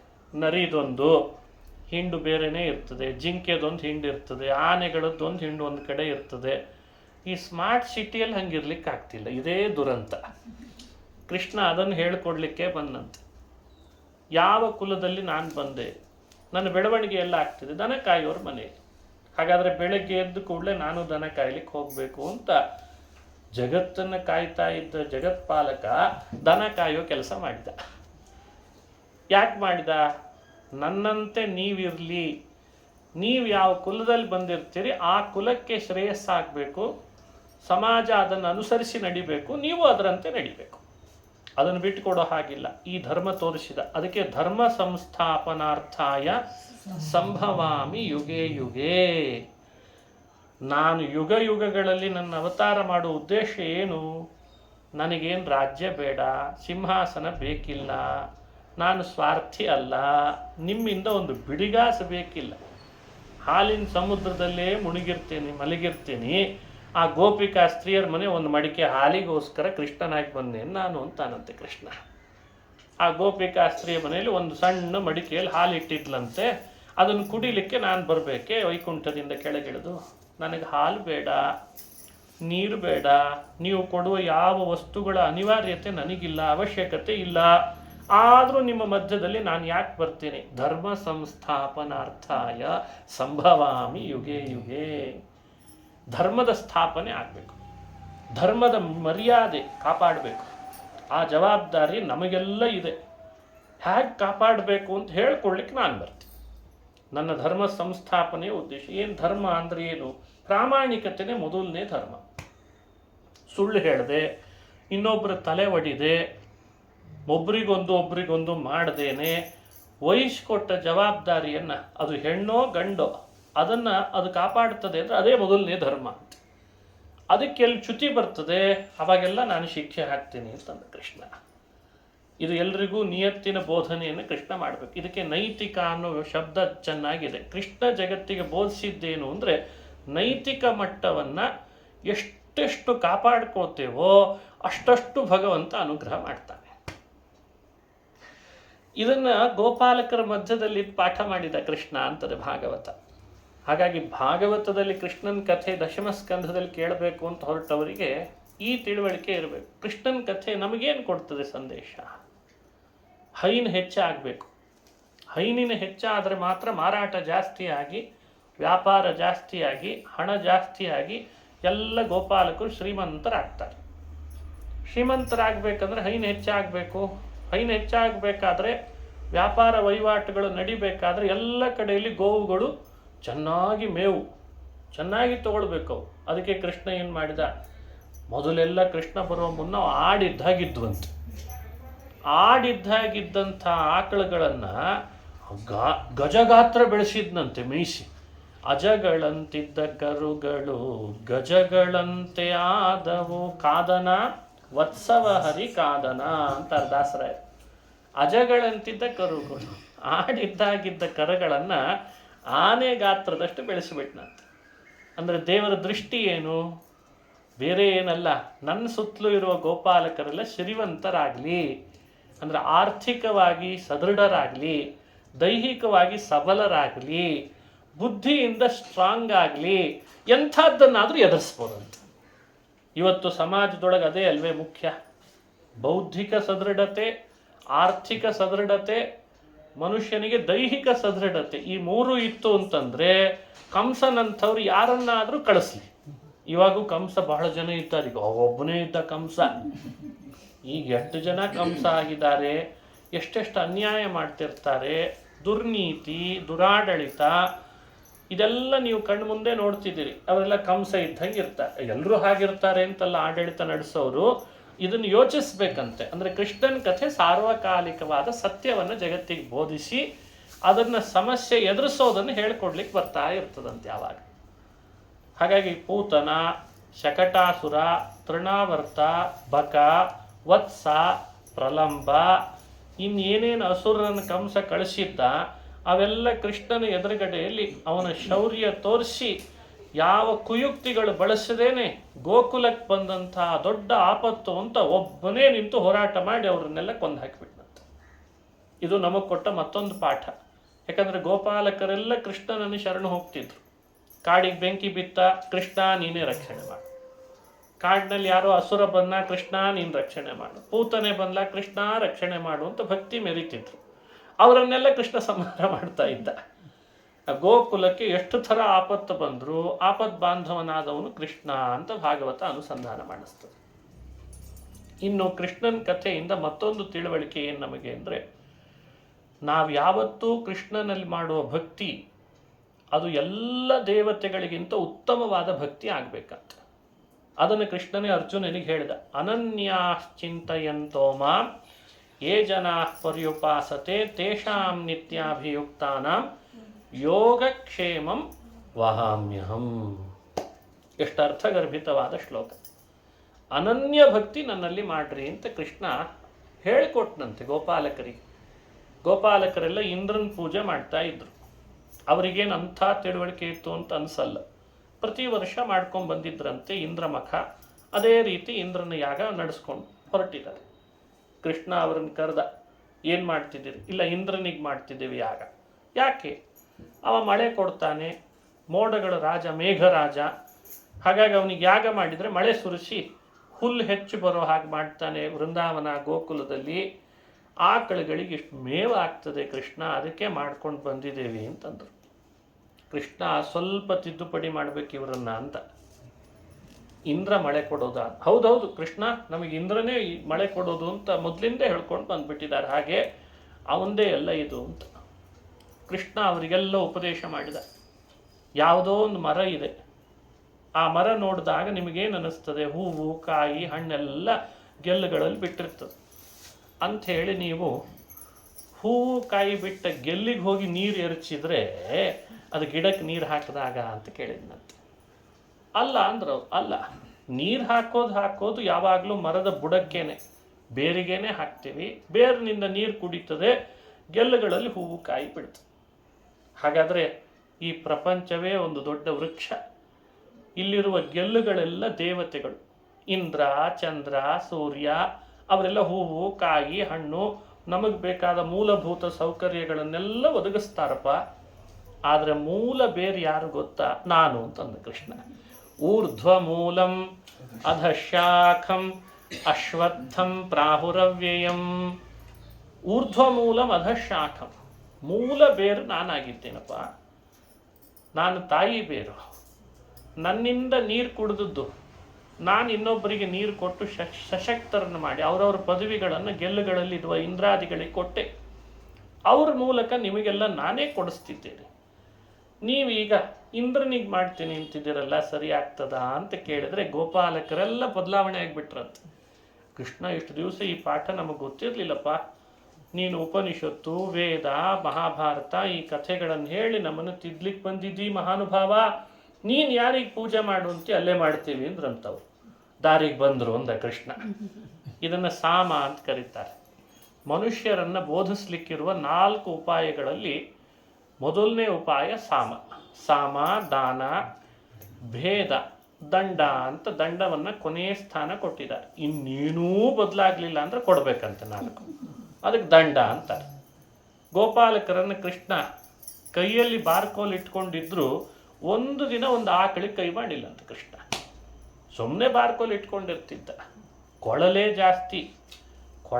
ಜಾಸ್ತಿ ಕೋಲೇ ಕಡಿಮೆ. ಯಾಕೆ ಅಂದರೆ ಯಾವ ಕೊಳಲಿನ ನಾದವೇ ಗೋಪಾಲಕರನ್ನ ಗೋವುಗಳನ್ನು ಸೆಳಿತಿತ್ತು, ಇನ್ನು ಬಾರ್ಕೋಲ್ ಯಾಕೆ ಅನ್ನಂತೆ ಕೃಷ್ಣ. ಹಾಗಾಗಿ ದಂಡ ಬೇಡವೇ ಬೇಡ ಅಂದ ಕೃಷ್ಣ. ದಂಡಕ್ಕೆ ಅಂತ ವ್ಯಕ್ತಿಗಳೇ ಬೇರೆ ಅಂತೆ. ಕೆಲವರು ಅಂಥವ್ರು ಈ ಕಂಸನ ಭೃತ್ಯರೆಲ್ಲ ಅವರು ಬರೀ ಕೊಳಲ್ನಾದಕ್ಕೂ ಅವರು ದಾರಿ ಬರೋರಲ್ಲ. ಅವರು ದಂಡೋ ದಮಯಿತಾಂಬರಹ. ವಿಷ್ಣು ಸಹಸ್ರನಾಮದಲ್ಲಿ ವಿಷ್ಣುವಿಗೆ ದಂಡ ಅಂತ ಒಂದು ನಾಮ. ಯಾಕೆ ಅಂದರೆ ತಪ್ಪಿತಸ್ಥರನ್ನ ಶಿಕ್ಷೆಗೆ ಗುರಿಪಡಿಸ್ತಾನೆ, ನ್ಯಾಯಯುತವಾದ ಶಿಕ್ಷೆಯನ್ನು ಕೊಡ್ತಾನೆ ಅಂತ ದಂಡ. ಇವರನ್ನೆಲ್ಲ ಇಷ್ಟೇ ಸಾಕು ಅಂತ ಬೋಧಿಸಿ ಸಾಮೋಪಾಯದಿಂದಲೇ ಬದಲಾಯಿಸ್ಬಿಟ್ಟ. ಅವ್ರು ಬದಲಾದವರು ಎಷ್ಟು ಬದಲಾದರು ಅಂದರೆ, ನೀನು ಹೇಳ್ದ ಹಾಗೆ ಕೃಷ್ಣ ನಾವು ಪೂಜೆ ಮಾಡ್ತೀವಿ ಅಂದ್ರಂತ. ಇಂದ್ರನಿಗೆ ಬೇಡ ಅಂದರು. ಎಲ್ಲಿಗೆ ಮಾಡೋಣ? ಗೋಮಾಳಕ್ಕೆ ಬರ್ತೀವಿ, ಗೋವುಗಳನ್ನು ಮೇಯಿಸ್ತೇವೆ ದಿನ. ನಮ್ಮ ವೃತ್ತಿಗೆ ಗೋಮಾಳವೇ ಆಶ್ರಯ. ಆಕಳ ಗೋಮಾಳದಲ್ಲಿ ತಾನೇ ಹುಲ್ಲು ತಿನ್ನೋದು, ಅದಕ್ಕೆ ಪೂಜೆ ಮಾಡ್ರಿ ಅಂತ ಅಂದೇ ಹೇಳಿಕೊಟ್ಟ ಕೃಷ್ಣ. ಅದನ್ನೇ ಪೂಜಿಸಿದ್ರು, ಅದಕ್ಕೆ ನೈವೇದ್ಯ ಮಾಡಿದರು, ಅದಕ್ಕೆ ಭಕ್ಷ್ಯ ಭೋಜ್ಯ ಎಲ್ಲ ತಂದು ಮುಂದೆ ನೈವೇದ್ಯಕ್ಕೆ ಅಂತಿಟ್ರು. ಅದ್ರೊಳಗಿನಿಂದ ಒಂದು ಕೈ ಬೇರೆ ಬಂದು ಭಕ್ಷ್ಯ ತಿಂದು ಹೋಗಿಬಿಡ್ತಂತೆ. ಇಂದ್ರನಿಗೆ ಸಿಟ್ಟು ಬಂತು. ಯಾರೋ ಮನುಷ್ಯನ ಮಾತು ಕೇಳಿ ನನ್ನನ್ನು ಯಾಗ ಮಾಡ್ದೇನೆ, ನನಗೆ ಆಹುತಿ ಕೊಡ್ದೇನೆ ತಿರಸ್ಕರಿಸಿದ್ರಲ್ಲ ಅಂತ ಈ ಗೋಕುಲದ ಗೊಲ್ಲರನ್ನೆಲ್ಲ ನೀರಿನಲ್ಲಿ ತೇಲಿಸ್ಬಿಡ್ತೇನೆ ಅಂತ ಮೋಡಗಳನ್ನು ಕರೆಸಿ ನೀರು ಸುರಿಸಿದ ಅಂತ ಕಥೆ. ಎಷ್ಟು ನೀರು ಸುರಿಸಿದ್ರೇನ್ರಿ? ಜಗದ್ರಕ್ಷಕನಾದ ಶ್ರೀಹರಿ ರಕ್ಷಣೆಗೆ ನಿಂತಾದ ಮೇಲೆ ದೇವತೆಗಳು ಎಷ್ಟೇ ನೀರು ಸುರಿಸಿದ್ರು ಆ ಪರ್ವತವನ್ನು ಎಡಗೈಯಲ್ಲಿ ಹಿಡಿದು ಎತ್ತಿ ನಿಂತಂತೆ ಛತ್ರಿ ಹಿಡಿದಾಗ ಆಗಿತ್ತಂತೆ.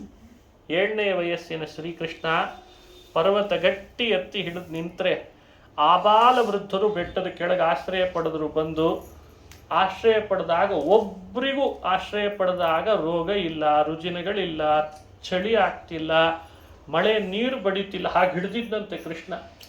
ಈ ಆಪತ್ತು ಪರಿಹಾರ ನಿಧಿ ಅಂತ ಒಂದು ವ್ಯವಸ್ಥೆ ಇರ್ತದಲ್ಲ, ಆಪತ್ತು ಪರಿಹಾರಕ ಅಂತ. ಹಾಗೆ ಕೃಷ್ಣ ಆಪತ್ತು ಪರಿಹಾರ ಮಾಡಿ ಯಾರ ಸಹಾಯ ಪಡೆದೇ ಏಕಾಂಗಿಯಾಗಿ ಬೆಟ್ಟ ಹಿಡ್ಕೊಂಡು ನಿಂತಿದ್ದಾನೆ.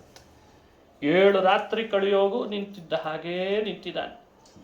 ಕೆಲವರೆಲ್ಲ ಸ್ವಲ್ಪ ಭಯ ಪಟ್ಟುಕೊಂಡು ಛತ್ರಿ ತಂದು ಆ ಛತ್ರಿನ ಅಗಲ ಮಾಡ್ದೇನೆ ಅದೇ ಕೋಲ್ನಿಂದ ಆಗಾಗ ಒಂದ್ಸಲಿ ಹೀಗೆ ಮುಡ್ತಿದ್ರಂತೆ. ಗಟ್ಟಿ ಹಿಡ್ದನೋ ಇಲ್ಲೋ ಕೃಷ್ಣ ಅಂತ ಕೆಲವರು ಹಂಗೂ ಮುಡ್ತಿದ್ರಂತೆ.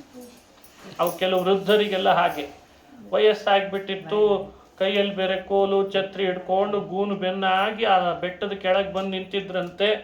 ಕೃಷ್ಣ ಏನೋ ಹಿಡ್ದಿದ್ದಾನೆ, ಆದರೂ ನಮ್ದೊಂದು ಸ್ವಲ್ಪ ಕೈ ಇರಲಿ ಅಂತ ಸಾಶ್ಚಿಂತಾ ಗೋಪವೃದ್ಧ, ಒಬ್ಬ ಕೃಷ್ಣನನ್ನ ನಾನಾ ರೀತಿ ಅಲ್ಲಿದ್ದವರು ಆಲೋಚನೆ ಮಾಡ್ತಾರೆ. ಚಿಂತೆಯಿಂದಲೇ ವೃದ್ಧರು ಕೃಷ್ಣನನ್ನು ದರ್ಶನ ಮಾಡಿದರು. ಅಲ್ಲಿದ್ದ ಗೋಪ ವೃದ್ಧ ಬೇಕಾದಷ್ಟು ಗೋಪಿಕೆಯರಿದ್ರಂತೆ. ವಿವಾಹ ಮಾಡಿಕೊಂಡ್ರೆ ಇಂಥವನನ್ನು ಮಾಡ್ಕೊಳ್ಬೇಕು, ಏನು ಪೌರುಷ, ಎಷ್ಟು ಜನರಿಗೆ ರಕ್ಷಣೆ ಕೊಟ್ಟ, ಆಶ್ರಯ ಕೊಟ್ಟ ಅಂತ ಅವರೆಲ್ಲ ಮನ್ಮಥನ ಬಾಣಕ್ಕೊಳಗಾಗಿ ಕಾಮದಿಂದಲೂ ಆ ಪರವಶತೆಯಲ್ಲಿ ಕೃಷ್ಣನನ್ನು ದರ್ಶನ ಮಾಡಿದರು. ಸಾಸೂಯ ಗೋಪ ಬಾಲಾಹ, ಸಮವಯಸ್ಕರಿದ್ರಲ್ಲ, ಎಲ್ಲ ಕ್ರೆಡಿಟ್ ಇವನೇ ತಗೋತಾನೆ ಯಾವಾಗಲೂ ಗೋಕುಲದಲ್ಲಿ. ನಮಗೊಂಚೂರು ಬಿಟ್ಕೊಡ್ಬೇಕೋ ಬೇಡ ಇಂಥ ಸಮಯ ಬಂದಾಗ ಅಂತ ಅಸೂಯೆಯಿಂದ ಗೋಪ ಬಾಲಕರು ಕೃಷ್ಣನ ದರ್ಶನ ಮಾಡಿದ್ರಂತೆ. ಇನ್ನು ಕೆಲವು ಹಿರಿಯರಿದ್ದರು, ವೃದ್ಧ ಮುದುಕಿಯರಿದ್ದರು, ಅವರೆಲ್ಲ ಬಂದು ಯಶೋದೆ ಬೆನ್ ತಟ್ಟಿ ಎಂಥ ಮಗನನ್ನು ಹಡ್ದೀವ, ಏನು ನೋಡಿ ನಿನ್ನ ಮಗನ ಕಥೆ, ಎಷ್ಟು ಜನರಿಗೆ ರಕ್ಷಣೆ ಕೊಟ್ಟ, ಅಲ್ಲೇ ಆಕಳ ಕರ ಹಾಕಿತ್ತಂತೆ, ಎಷ್ಟೋ ಗರ್ಭಿಣಿಯರು ಮಕ್ಕಳನ್ನು ಹಡಿದ್ರಂತೆ ಆ 7 ದಿನದೊಳಗೆ. ಅಂದರೆ ಹೇಗೆ ವ್ಯವಸ್ಥೆ ಮಾಡಿರಬೇಡ ಕೃಷ್ಣ, ಗೋವುಗಳು ಬಂದಿವೆ, ಕರಗಳು ಬಂದಿವೆ, ಗರ್ಭಿಣಿ ತಾಯಂದ್ರು ಮಕ್ಕಳನ್ನು ಹಡ್ದಿದ್ದಾರೆ, ವೃದ್ಧರು ಬಂದಿದ್ದಾರೆ, ಬಾಲಕರು ಬಂದಿದ್ದಾರೆ. ಅಲ್ಲಿದ್ದಂಥವ್ರು ಮತ್ತೆ ಶ್ಲಾಘನೆ ಮಾಡದೇ ಇರ್ತಾರ? ನಂದಗೋಪನನ್ನ ಯಶೋದೆಯನ್ನ ತುಂಬ ಹೃದಯದಿಂದ ಶ್ಲಾಘಿಸ್ತಾ ಇದ್ರಂತೆ. ಎಂಥ ಮಗನನ್ನು ಹಡ್ದಿದ್ದೀರಿ ನೀವಿಬ್ರು, ಇಡೀ ಗೋಕುಲವೇ ರಕ್ಷಣೆಗೊಳಗಾಗಿದೆ ಇವನಿಂದ ಅಂತ. ಇಂದ್ರನ ಮಳೆ ಸುರಿಸಿ ಮೋಡ ಖರ್ಚಾಯ್ತೆ ಹೊರತು ಯಾರು ನೀರಿನಲ್ಲಿ ತೇಲೇ ಇಲ್ಲ. ಕೃಷ್ಣ ಕೇಳ್ದ, ಮೋಡದ ಧಾರೆ ಇನ್ನೂ ಇದೆನಾ ಅಂತ. ಅಲ್ಲಿದ್ದ ಗೋಪಾಲಕರೆಲ್ಲ ಉತ್ತರ ಕೊಡ್ತಿದ್ದಾರೆ, ಬೆಟ್ಟ ಕೆಳಗೆ ಇಳಿಸ್ಬೇಕಿನ್ನು 7 ದಿನ ಆಯಿತು, ಮೋಡದ ಧಾರೆ ಇನ್ನೂ ಇದೆನಾ ಅಂತ ಕೇಳಿದ. ಧಾರಾ ನೈವ ಪಯೋಮುಚಾಂ ಯದುಪತೆ ಪ್ರೇಮಾಶ್ರುಧಾರಾ ಪರಂ. ಕೃಷ್ಣ ಸ್ವಾಮಿ, ಮೋಡದ ಧಾರೆ ನಿಂತೋಯ್ತು, ನೀನೇ ರಕ್ಷಿಸಿದಿ ಅಂತ ನಿನ್ನ ಮೇಲಿರುವ ಪ್ರೇಮದಿಂದ ಕಣ್ಣಲ್ಲಿ ಧಾರೆ ಬರ್ತಿದೆ. ಮೋಡದ ಧಾರೆ ನಿಂತಿದೆ, ಕಣ್ಣಿನ ಧಾರೆ ಬರ್ತಿದೆ. ಪಯೋಮುಚಾಂ ಯದುಪತೆ ಪ್ರೇಮಾಶ್ರು ಧಾರಾಪರಂ. ಕೃಷ್ಣ ಕೇಳ್ದ, ಮಿಂಚಿದೆ ನಾ ನೋಡ್ರಿ, ಮಿಂಚಿದ್ರೆ ಬತ್ತು ಮುಂದೆ ಮಳೆ ಬರೋ ಸಂಭವ. ಅದಕ್ಕೆ ಗೋಪಾಲಕರು ಉತ್ತರ ಕೊಡ್ತಾರೆ, ಮೋಡಗಳೆಲ್ಲ ನಿಂತಿದೆ, ಮಿಂಚೂ ನಿಂತಿದೆ, ಇನ್ನೊಂದು ಹೊಸ ಮಿಂಚು ಬರ್ತಿದೆ ಅಂದ್ರಂತೆ. ಯಾರು ಮಿಂಚು? ಅಲ್ಲಿ ಹೇಳ್ತಾರೆ, ಅಪ್ಸರೆಯರು ದೇವಲೋಕದಲ್ಲಿ ಮೈಯಲ್ಲಿ ಹಾಕ್ಕೊಂಡ ಆಭರಣ, ಕೈಯಲ್ಲಿ ಹಾಕ್ಕೊಂಡ ಕಡಗ, ಬಳೆಗಳು, ಕಾಲಿ ಕಟ್ಟಿದ ಗೆಜ್ಜೆ, ನಿನ್ನೀ ಮಹಿಮೆಯನ್ನು ಕೊಂಡಾಡಲಿಕ್ಕೆ ಅಂತ ಕುಣಿತಿದ್ದಾರೆ. ಆ ಮಿಂಚಿದೆ, ಈ ಮಿಂಚಿಲ್ಲ ಅಂತಂದ್ರಂತೆ. ಎಂಥ ಅದ್ಭುತವಾದ ಚಿಂತನೆ. ಮತ್ತೆ ಕೃಷ್ಣ ಕೇಳ್ದ, ಆಕಾಶ ಕಪ್ಪಿದೆ ನಾ ನೋಡ್ರಿ ಅಂತ ಕೇಳಿದ್ನಂತೆ. ಕಪ್ಪಿದ್ರೆ ಮತ್ತೆ ಮುಂದೆ ಮಳೆ ಬರೋ ಸಂಭವ, ಮೋಡ ಇದೆ ಅಂತ ಅರ್ಥ ಜಾಸ್ತಿ. ಅದಕ್ಕೆ ಸ್ವಚ್ಛ ಇದ್ದರೆ ಇಲ್ಲ ಅಂತ ಅರ್ಥ. ಕೃಷ್ಣನ ಮಾತಿಗೆ ಗೋಪಾಲಕರು ಹೇಳ್ತಾರೆ, ಕೃಷ್ಣ ಇನ್ನೆಲ್ಲಿ ಬರಬೇಕು ಆಕಾಶದಲ್ಲಿ ಕಪ್ಪು, ಅದೆಲ್ಲ ಹೆಪ್ಪುಗಟ್ಟಿ ಆ ಶಚೀಪತಿ ಇಂದ್ರನ ಮುಖದಲ್ಲಿ ತಪ್ಪು ಮಾಡಿದ್ನೆಲ್ಲ ಅನ್ನೋ ಆತಂಕದಿಂದ ಕಪ್ಪು ಅಲ್ಲಿ ಸೇರಿದೆ ಅಂತ ಹೇಳಿದ್ರ. ಕಪ್ಪೆಲ್ಲ ಇಂದ್ರನ ಮುಖ ಸೇರ್ಕೊಳ್ತು, ಕಪ್ಪು ಆಕಾಶದಲ್ಲಿ ಕಳೆದೋಯ್ತು. ಹೀಗೆಲ್ಲ ಗೋಪಾಲಕರೊಟ್ಟಿಗೆ ಮಾತನಾಡ್ತಾ ಕೃಷ್ಣ, ಹಾಗಾದರೆ ಬೆಟ್ಟ ಕೆಳಗಿಳಿಸ್ತೇನಿನ್ನು ಅಂತ ಆ ಪ್ರೇಮ ಪಾಶಕ್ಕೆ ಕೃಷ್ಣ ಕಟ್ಟು ಬಿದ್ದು ಅವರನ್ನು ರಕ್ಷಿಸಿ ಕೆಳಗೆ ಬೆಟ್ಟ ಇಳಿಸಿ, ಆಮೇಲೆ ರಹಸ್ಯದಲ್ಲಿ ಇಂದ್ರ ಬಂದು ಪಶ್ಚಾತ್ತಾಪದಿಂದ ಪ್ರಾರ್ಥಿಸಿಕೊಂಡು ಗೋವಿಂದ ಗೋವಿಂದ ಅಂತ ನಾಮ ಹೇಳಿ ತನ್ನ ಪಾಪ ಕಳ್ಕೊಂಡ ಅನ್ನೋ ಕಥೆ ಭಾಗವತದಲ್ಲಿ ಬರ್ತದೆ. ಇಂಥ ಅನೇಕ ಕಥೆಗಳು ಪುರಾಣದಲ್ಲಿ ಬಂದಿವೆ ಕೃಷ್ಣಂದು. ಎಲ್ಲ ಕಥೆಗಳು ಮಂಗಳಕರವೇ. ಗೋವಿಂದ ಪಟ್ಟಾಭಿಷೇಕ ಅಂತ ಕರೀತಾರೆ. ಶ್ರವಣ ಮಾಡಿದಷ್ಟು ಮನೆಯಲ್ಲಿ ಮಂಗಳವಾಗ್ತದೆ. ಗೋವರ್ಧನೋದ್ಧಾರಿ ಕೃಷ್ಣನ ಕಥೆ, ವಿಶೇಷವಾಗಿ ಗೋಪಿಕಾಚನ ವಲ್ಲಭ ವೃಂದಾವನಸ್ಥನಾದ ಕೃಷ್ಣನ ಕಥೆಯನ್ನು ಅಧಿಕ ಮಾಸದಲ್ಲಿ ಕೇಳಬೇಕು ಅಂತಿದೆ. ಹಾಗಾಗಿ ಕೃಷ್ಣನ ಈ ಚರಿತ್ರೆ ನಮಗೆ ಮಂಗಳವನ್ನು ಉಂಟು ಮಾಡಲಿ ಅಂತ ಹೇಳ್ತಾ, ನಾಳೆ ಮತ್ತಷ್ಟು ಚರಿತ್ರೆಗಳನ್ನು ಶ್ರವಣ ಮಾಡೋಣ. ಶ್ರೀಕೃಷ್ಣಾರ್ಪಣಮಸ್ತು. ಹರಯೇ ನಮಃ, ಹರಯೇ ನಮಃ.